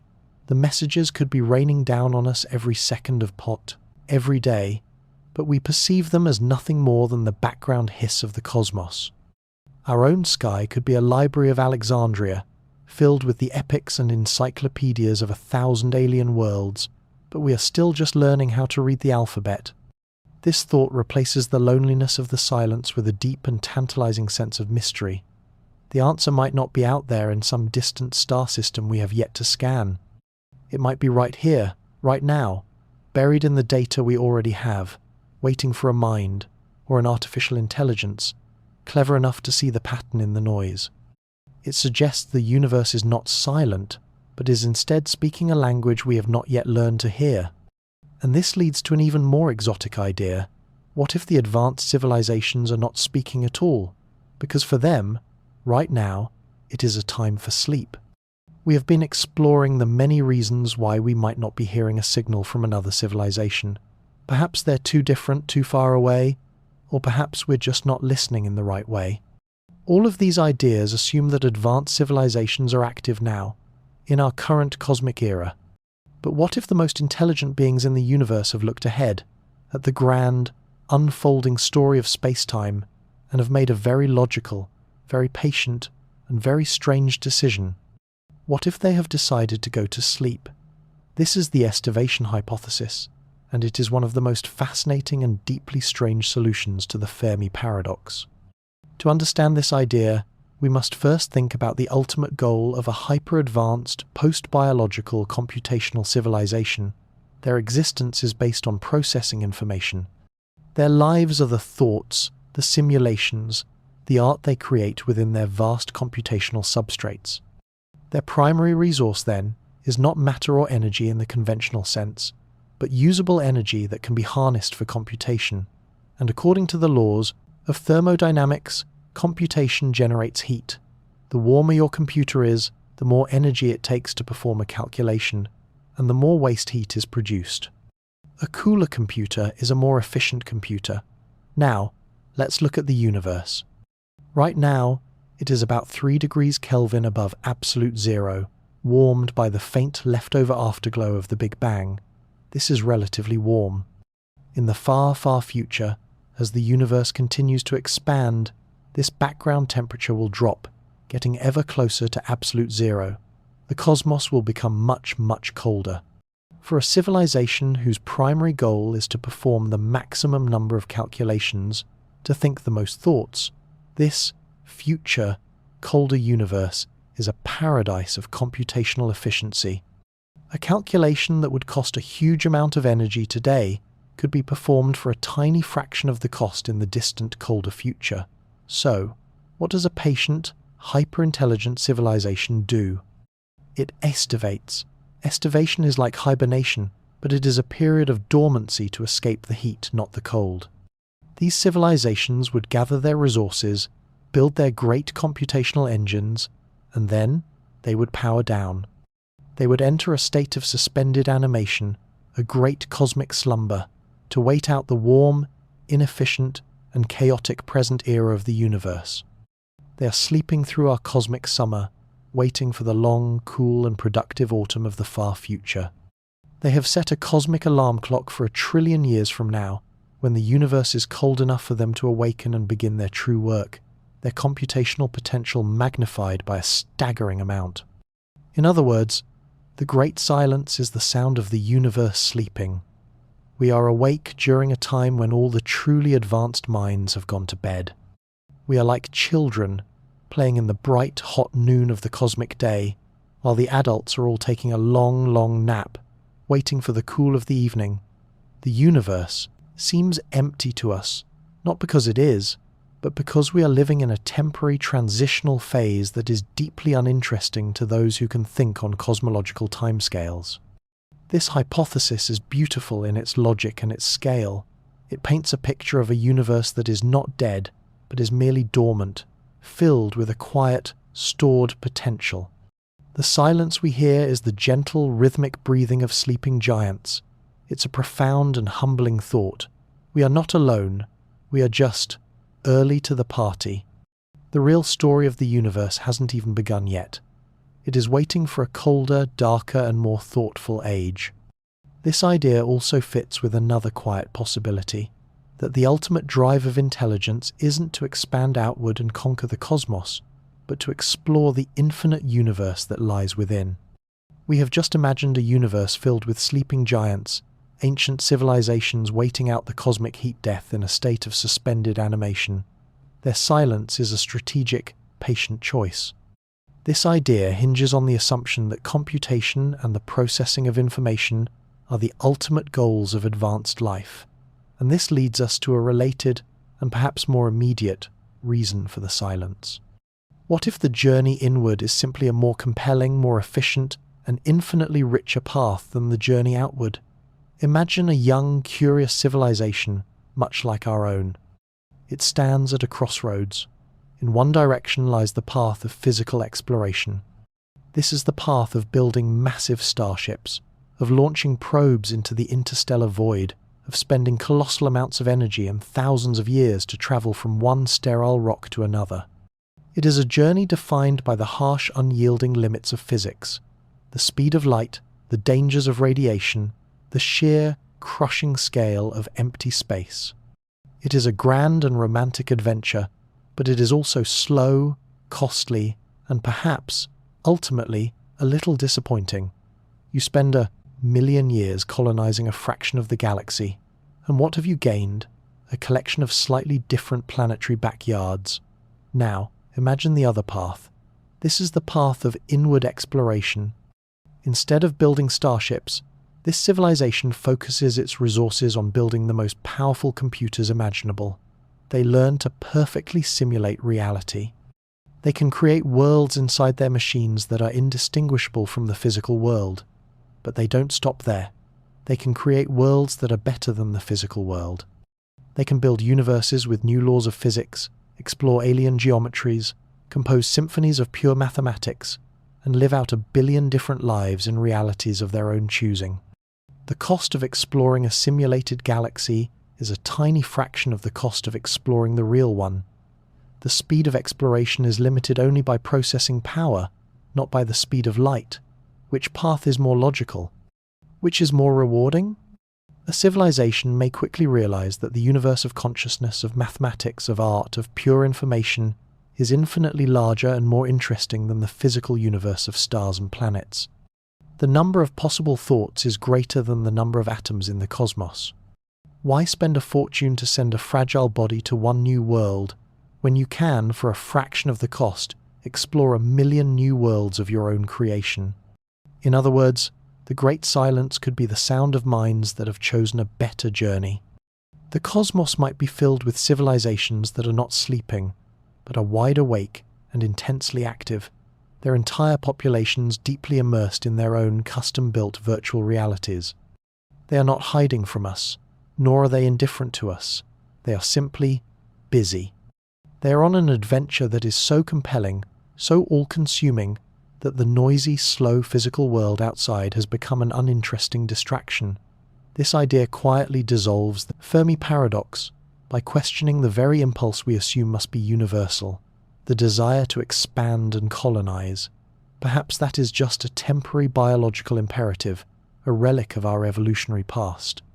Perhaps the ultimate sign of intelligence is to realize that the greatest frontier is not the space between the stars, but the space between your ears. The silence, then, is not emptiness. It is the quiet hum of a billion servers, each one hosting a universe more wonderful than our own. And yet, even in our own quiet search of the physical world, there have been moments, brief and tantalizing whispers, that have broken the silence, if only for a moment. We have been journeying through a cosmos of grand, sweeping theories, sleeping giants, digital dreamers, dark forests, and hidden oceans. These ideas are beautiful in their scope, but they remain elegant speculations. For a moment, let us come back to Earth, back to the concrete reality of our own patient search. And let us revisit one specific, true, and deeply mysterious moment when the great silence seemed to crack, when a genuine whisper seemed to drift in on the cosmic wind. This is the story of the wow signal. The year is 1977. At Ohio State University there is a large radio telescope nicknamed the Big Ear.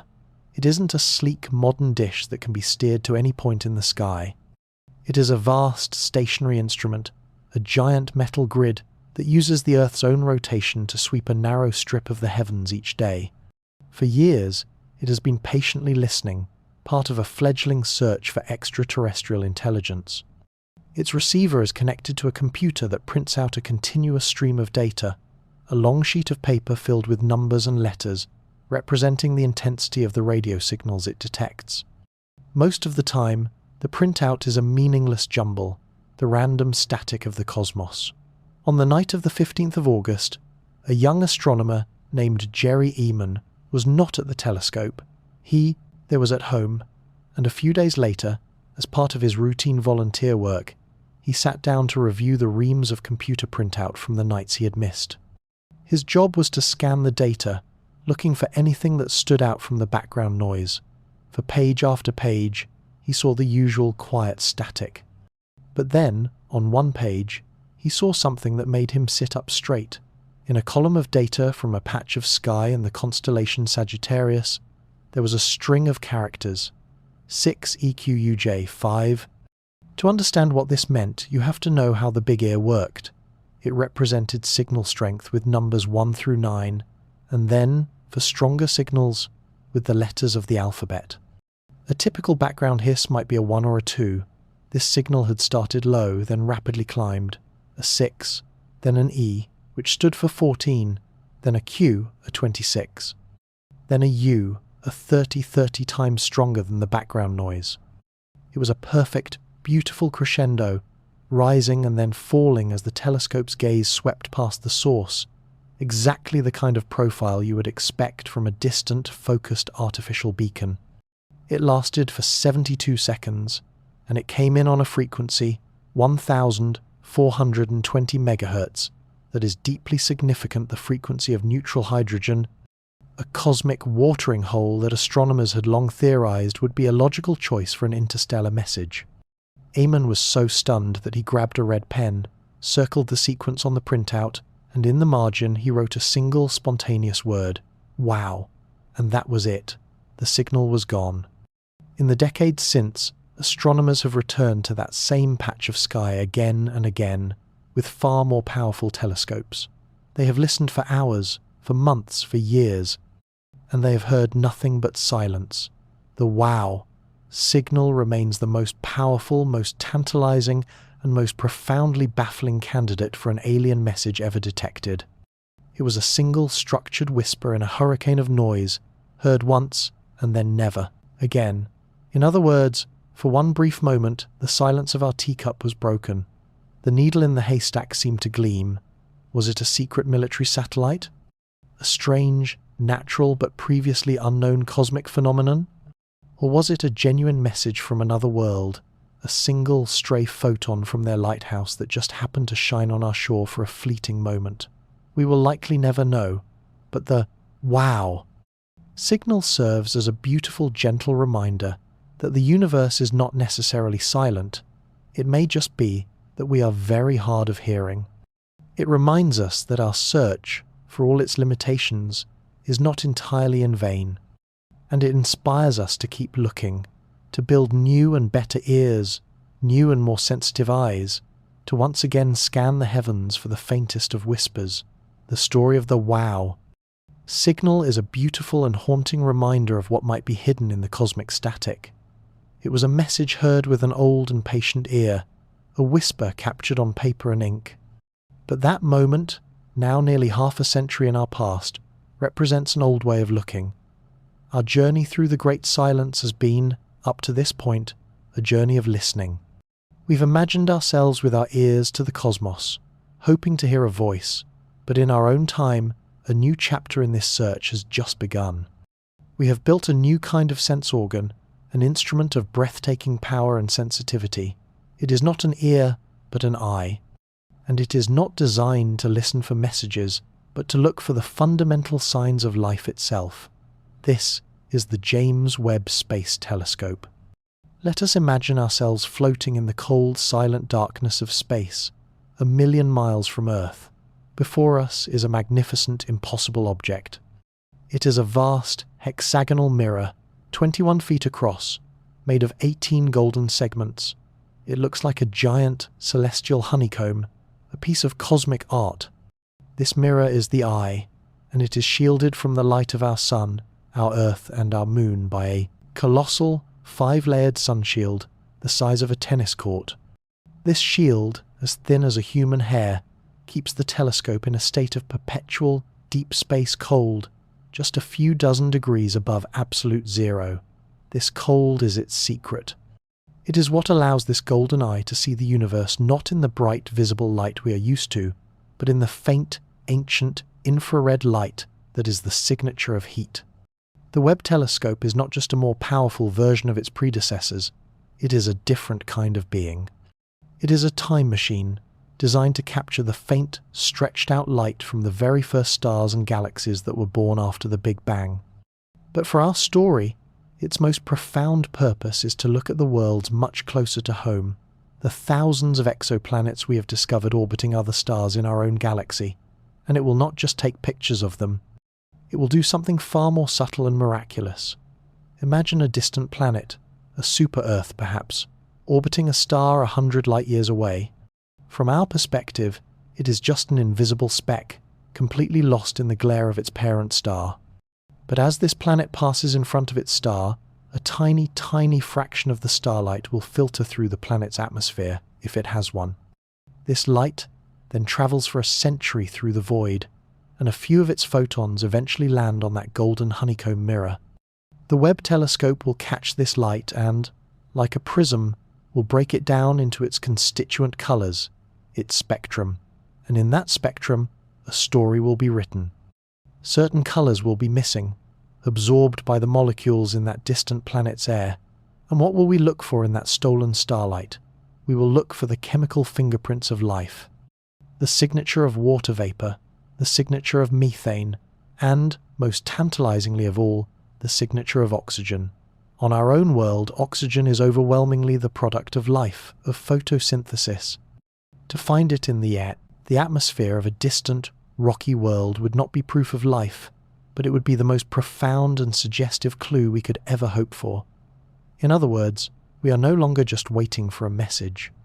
We are now actively searching for a breath. The James Webb Space Telescope is giving humanity a new sense, a way to remotely analyze the air of other worlds. The great silence has been the absence of a voice. But this new eye is not listening for a voice. It is looking for the conditions that make a voice possible. It is a gentler, more patient, and perhaps more profound search. It may not end the silence, but it could, for the very first time, let us know that we are not the only ones in the cosmos who are quietly breathing. We have journeyed far. We have walked the path of the great filter.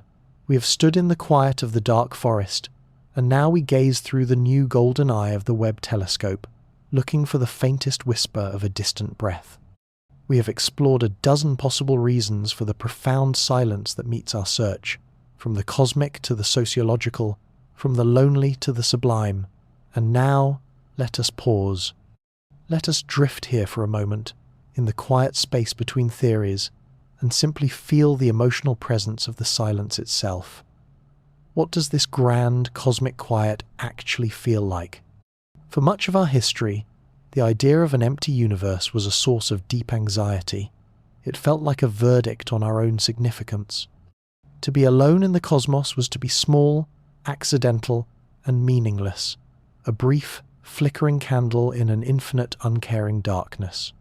The silence was a weight, a heavy blanket of cosmic indifference that threatened to smother our hopes and our dreams. It echoed the deepest fears of our own individual solitude, writ large across the heavens. The search for others was a search for reassurance, for a sign that we were part of a larger story, that our existence was not just a beautiful, but ultimately pointless, cosmic fluke. But as our understanding of the universe has grown, as we have begun to appreciate the almost unbelievable chain of improbabilities that led to our own existence, the emotional texture of the silence has begun to change. It can still feel lonely, yes, but it can also feel precious. Imagine you are walking through a vast, ancient, and utterly silent redwood forest. The trees are titans, living monuments that have stood for 1,000 years. The air is still and cool. The only sound is the soft crunch of needles under your feet. At first, the silence might feel unnervous, even oppressive. But as you walk, a different feeling begins to settle in. The silence stops being an absence and starts becoming a presence. It is the sound of peace. It is the sound of immense, slow and patient growth. And in this deep quiet, you begin to notice the small things, the way the light filters through the high canopy, the intricate patterns of moss on a fallen log, the flight of a single silent bird. The quiet does not diminish the forest, it magnifies its beauty. It allows you to appreciate its majesty without distraction. Perhaps the great cosmic silence is like this. Perhaps it is not a sign of our insignificance, but a sign of our profound rarity. If we are, for all practical purposes, alone, then that does not make us meaningless. It makes us the sole custodians of meaning in our corner of the universe. It makes our world, this one fragile, blue and white marble, the most precious object we know of. The silence, in this light, becomes a gentle, humbling reminder of our responsibility. It is the quiet backdrop against which the story of our own consciousness, our art, our love, our compassion is playing out. In other words, the silence can be a mirror. The feelings it evokes, loneliness, fear, wonder, responsibility, are a reflection of our own relationship with the universe. It is not an answer, but a question that it poses back to us. Who are you in the face of this immense quiet? What will you do with your brief and precious moment of awareness? The silence of the cosmos, then, does not have to be a source of existential dread. It can be a canvas. It is the vast, quiet, empty space upon which we are privileged to paint our own story. And as we continue to paint, we learn more not just about the universe, but about the delicate planetary systems that allow a story to be told at all. This leads us back to an idea we touched on before, but with a new, more urgent twist. The idea of a planetary bottleneck. We have found a sense of peace in the silence, reframing it as a canvas for our own precious existence. This feeling of preciousness, however, brings with it a sense of profound fragility. Our journey began by assuming that a habitable planet was a simple thing, a rocky world in a warm zone, but we have learned that it is far more complex. And this leads us to revisit the idea of a filter, but not as a single dramatic gate. Instead, let us imagine it as a long and difficult apprenticeship that a planet and its life must undergo together. This is the Gaian bottleneck. The hypothesis is simple yet profound. The emergence of life might be common in the universe. On countless young, wet, rocky worlds, the first spark might ignite, and microbial life may flourish. But a young planet is a violent and unstable place. It is a world of raging volcanoes, of chaotic atmospheric changes, of asteroid impacts. For life to persist for not just millions but billions of years, it cannot remain a passive passenger on its planetary ship. It must, over time, learn how to become the ship's engineer. It must learn to regulate its own world. Imagine a brand new planet, teeming with simple microbial life. This life begins to consume resources and excrete waste, just as all life does. But on a planetary scale, this waste can fundamentally alter the atmosphere, the oceans, the climate.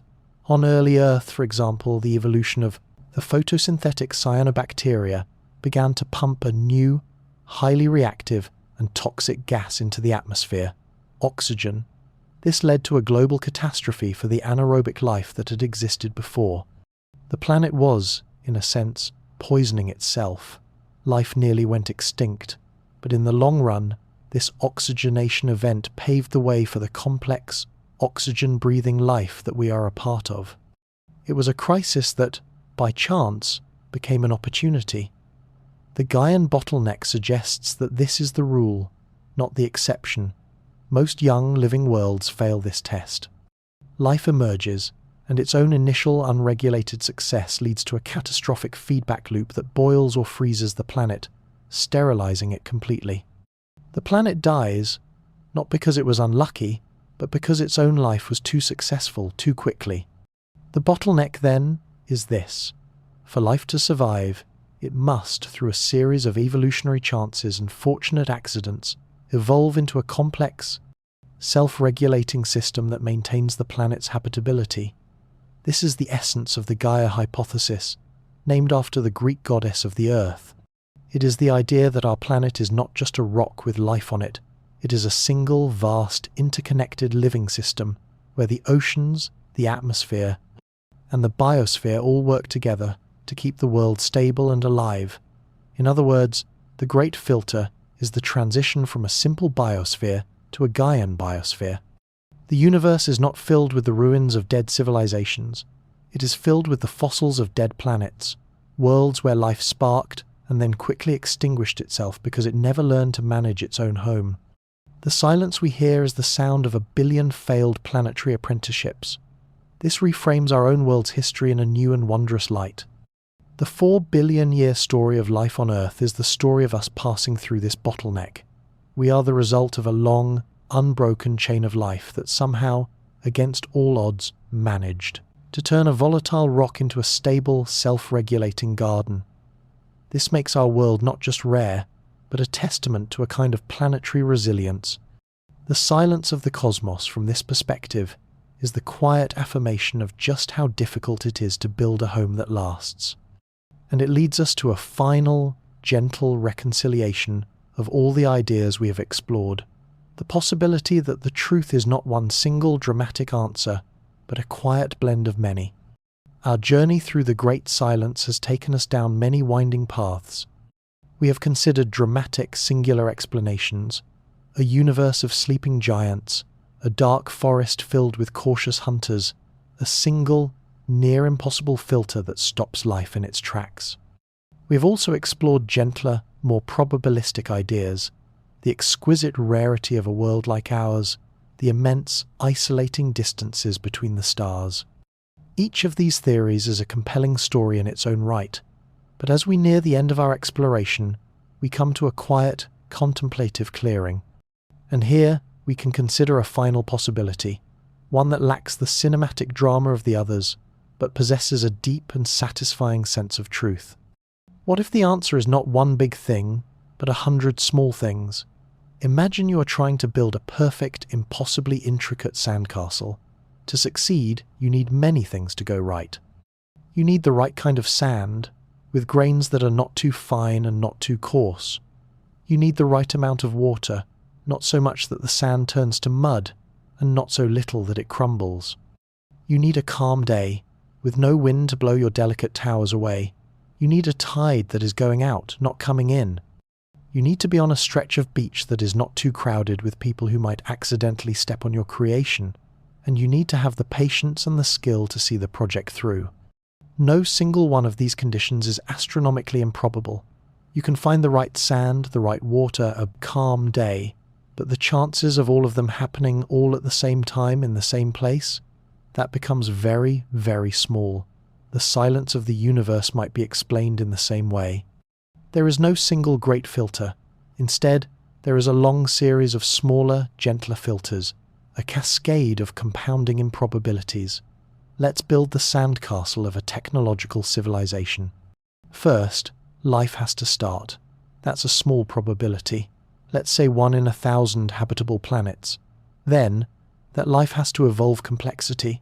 Another small probability. Let's say 1 in 1,000 of those. Then, that complex life has to develop intelligence and consciousness. Another 1 in 1,000. Then, that intelligent life has to develop technology.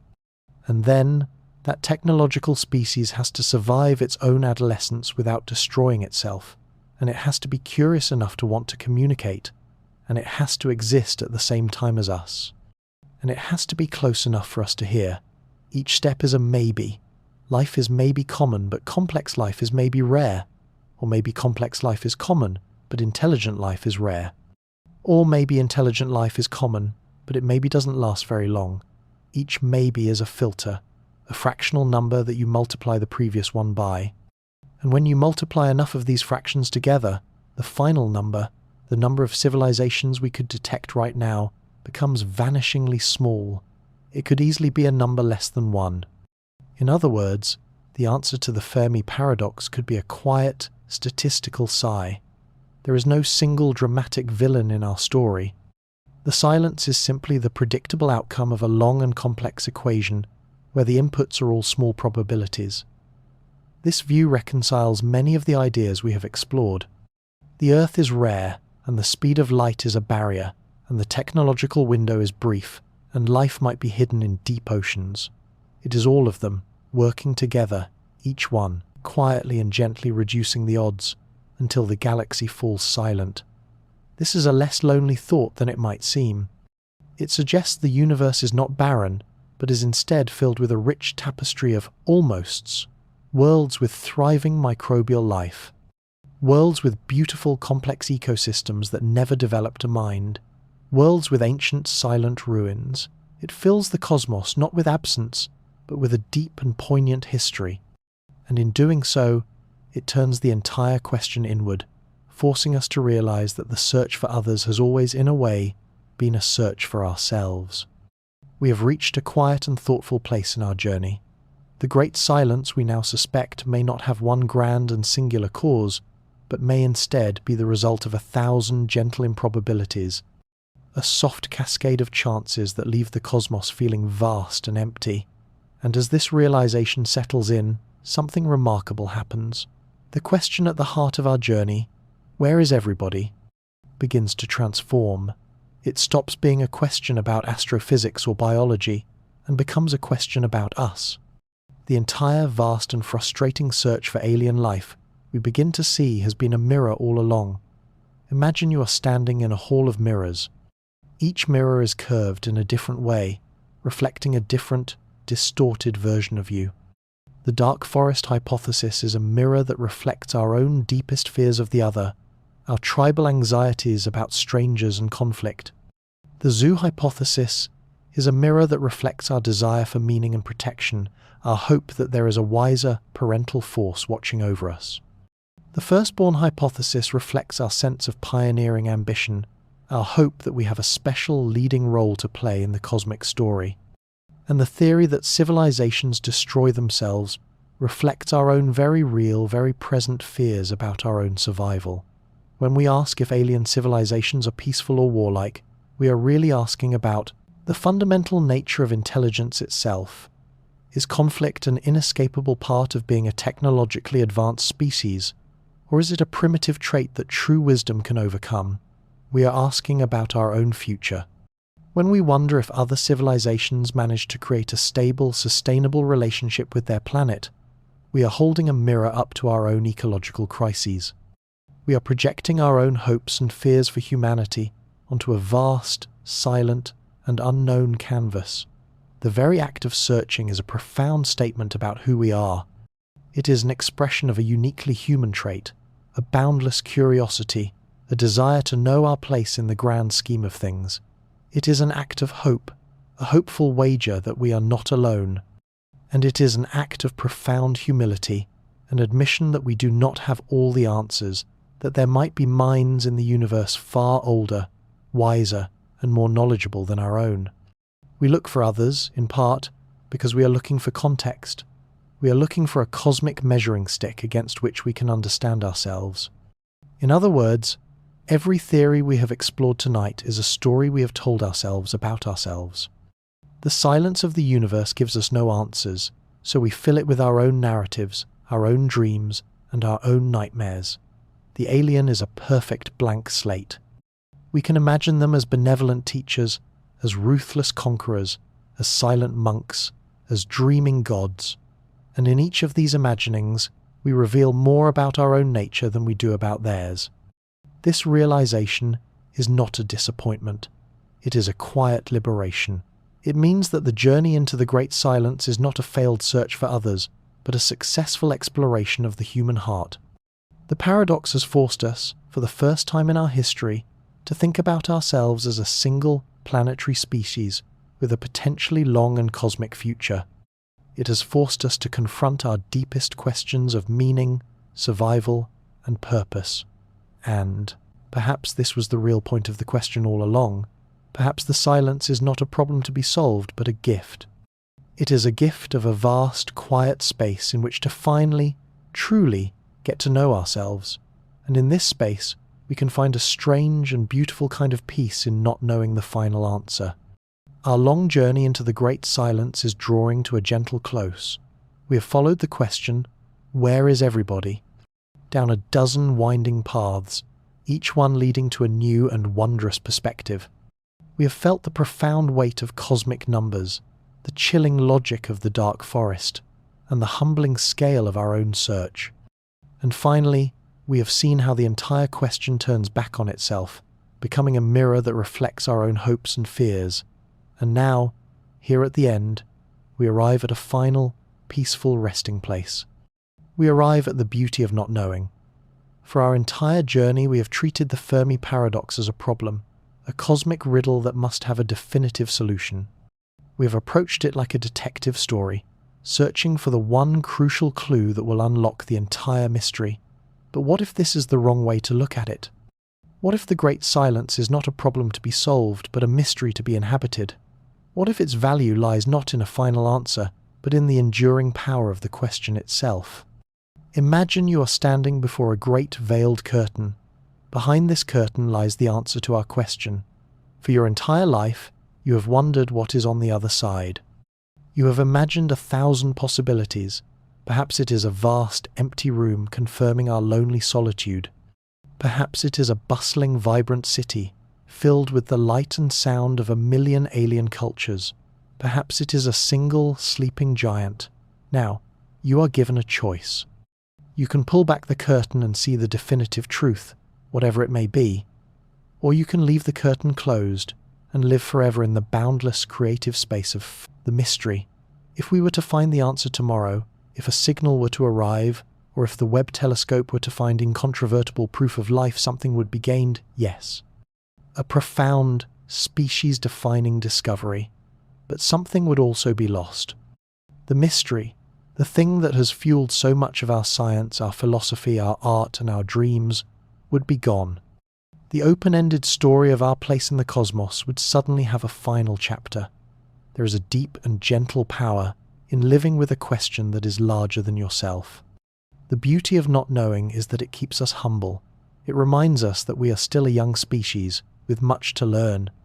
It keeps us curious, always pushing us to build better telescopes, to ask deeper questions, to explore farther. It keeps our imagination alive. As long as the universe is silent, We are free to imagine all the possibilities. The cosmos can be a place of infinite wonder, precisely because it has not yet been fully mapped and explained. In other words, the great silence is not an empty void. It is a space for wonder. It is a cosmic koan, a riddle meant not to be answered, but to be contemplated. Its purpose is to expand our minds, to stretch our sense of what is possible, and to gently guide us toward a deeper appreciation for the one single data point we know for sure, the breathtaking improbability and profound preciousness of our own living, breathing, questioning world. This is where our story finds its peaceful conclusion. We do not need to solve the paradox to find peace with it. We can let the silence be what it is, the grand, patient, and beautiful mystery at the heart of our reality. It is the quiet music to which we live our lives, a single, sustained note of cosmic wonder that invites us not to a frantic search for answers, but to a quiet and grateful appreciation of the moment. We can let go of the need to know and simply float here in the gentle, open-ended beauty of it all. So we let the curtain remain closed. We let the mystery be. We float here in this quiet space of acceptance, and we feel the journey coming full circle. Our exploration of the great silence began with a journey outward, a grand tour of cosmic scales and mind-bending theories. But it has ended with a journey inward, a quiet meditation on what it means to be human in a universe that does not offer easy answers. And so, it is time to slowly, gently, drift back home. Imagine yourself retracting your consciousness from the farthest reaches of space. Leave behind the sleeping giants and the dreaming gods. Drift past the dark forests and the hidden subterranean oceans. Watch as the grand galactic canvas, with its billion flickering fireflies, recedes into the distance. You are pulling back through the immense, isolating voids that separate the stars, back through the silent, protective watch of our gentle shepherd, Jupiter. You are coming home, not with a solution to the paradox, but with a deeper, more resonant appreciation for the place you began. As you approach our own solar system, you see it not as an ordinary average place, but as a site of 1,000 miracles. You see a stable yellow sun, a gentle, well-behaved star in a quiet arm of the galaxy. You see a planet with a nearly circular orbit, held in a perfect gravitational waltz that prevents the boiling and freezing of its seas. You see a world with a large, stabilizing moon, a cosmic partner that holds our axis steady and gives a gentle rhythm to our tides. You see a world wrapped in a protective magnetic field, a silent, invisible shield that guards us from the harsh solar winds. And you see a world that is geologically alive, with shifting continents and volcanic vents, a world that is constantly renewing itself, constantly stirring the pot of life. You see Earth. And you see it now not as a starting point, but as the destination. It is the sandcastle that somehow survived the rising tide. It is the one firefly we can see, burning with a steady, precious light. The silence of the universe is no longer a haunting question about their absence, but a quiet, profound statement about our presence. It is the backdrop that makes the colours of our own world shine all the more brightly. In other words, our journey into the mystery of alien life has led us to the miracle of our own. We went searching for others, and in the end we have rediscovered ourselves. The silence is not a void to be filled, but a frame that surrounds a masterpiece. And that masterpiece is the intricate, 4-billion-year-old story of life on this planet, a story of staggering improbability, of breathtaking resilience, and of a beauty that is, as far as we know, entirely unique. We do not need to hear a voice from the stars to know that the universe is a wondrous place. We have all the evidence we need right here, in the feeling of the sun on your skin, in the sound of the wind in the trees, in the intricate, perfect geometry of a snowflake, and in the quiet, the steady rhythm of your own breathing. The cosmos is not silent. It is singing. We just needed to learn how to listen to the song of our own home. And as we finally return, as our awareness settles back into this room, into this bed, we can carry this quiet sense of wonder with us into the peaceful landscape of our dreams.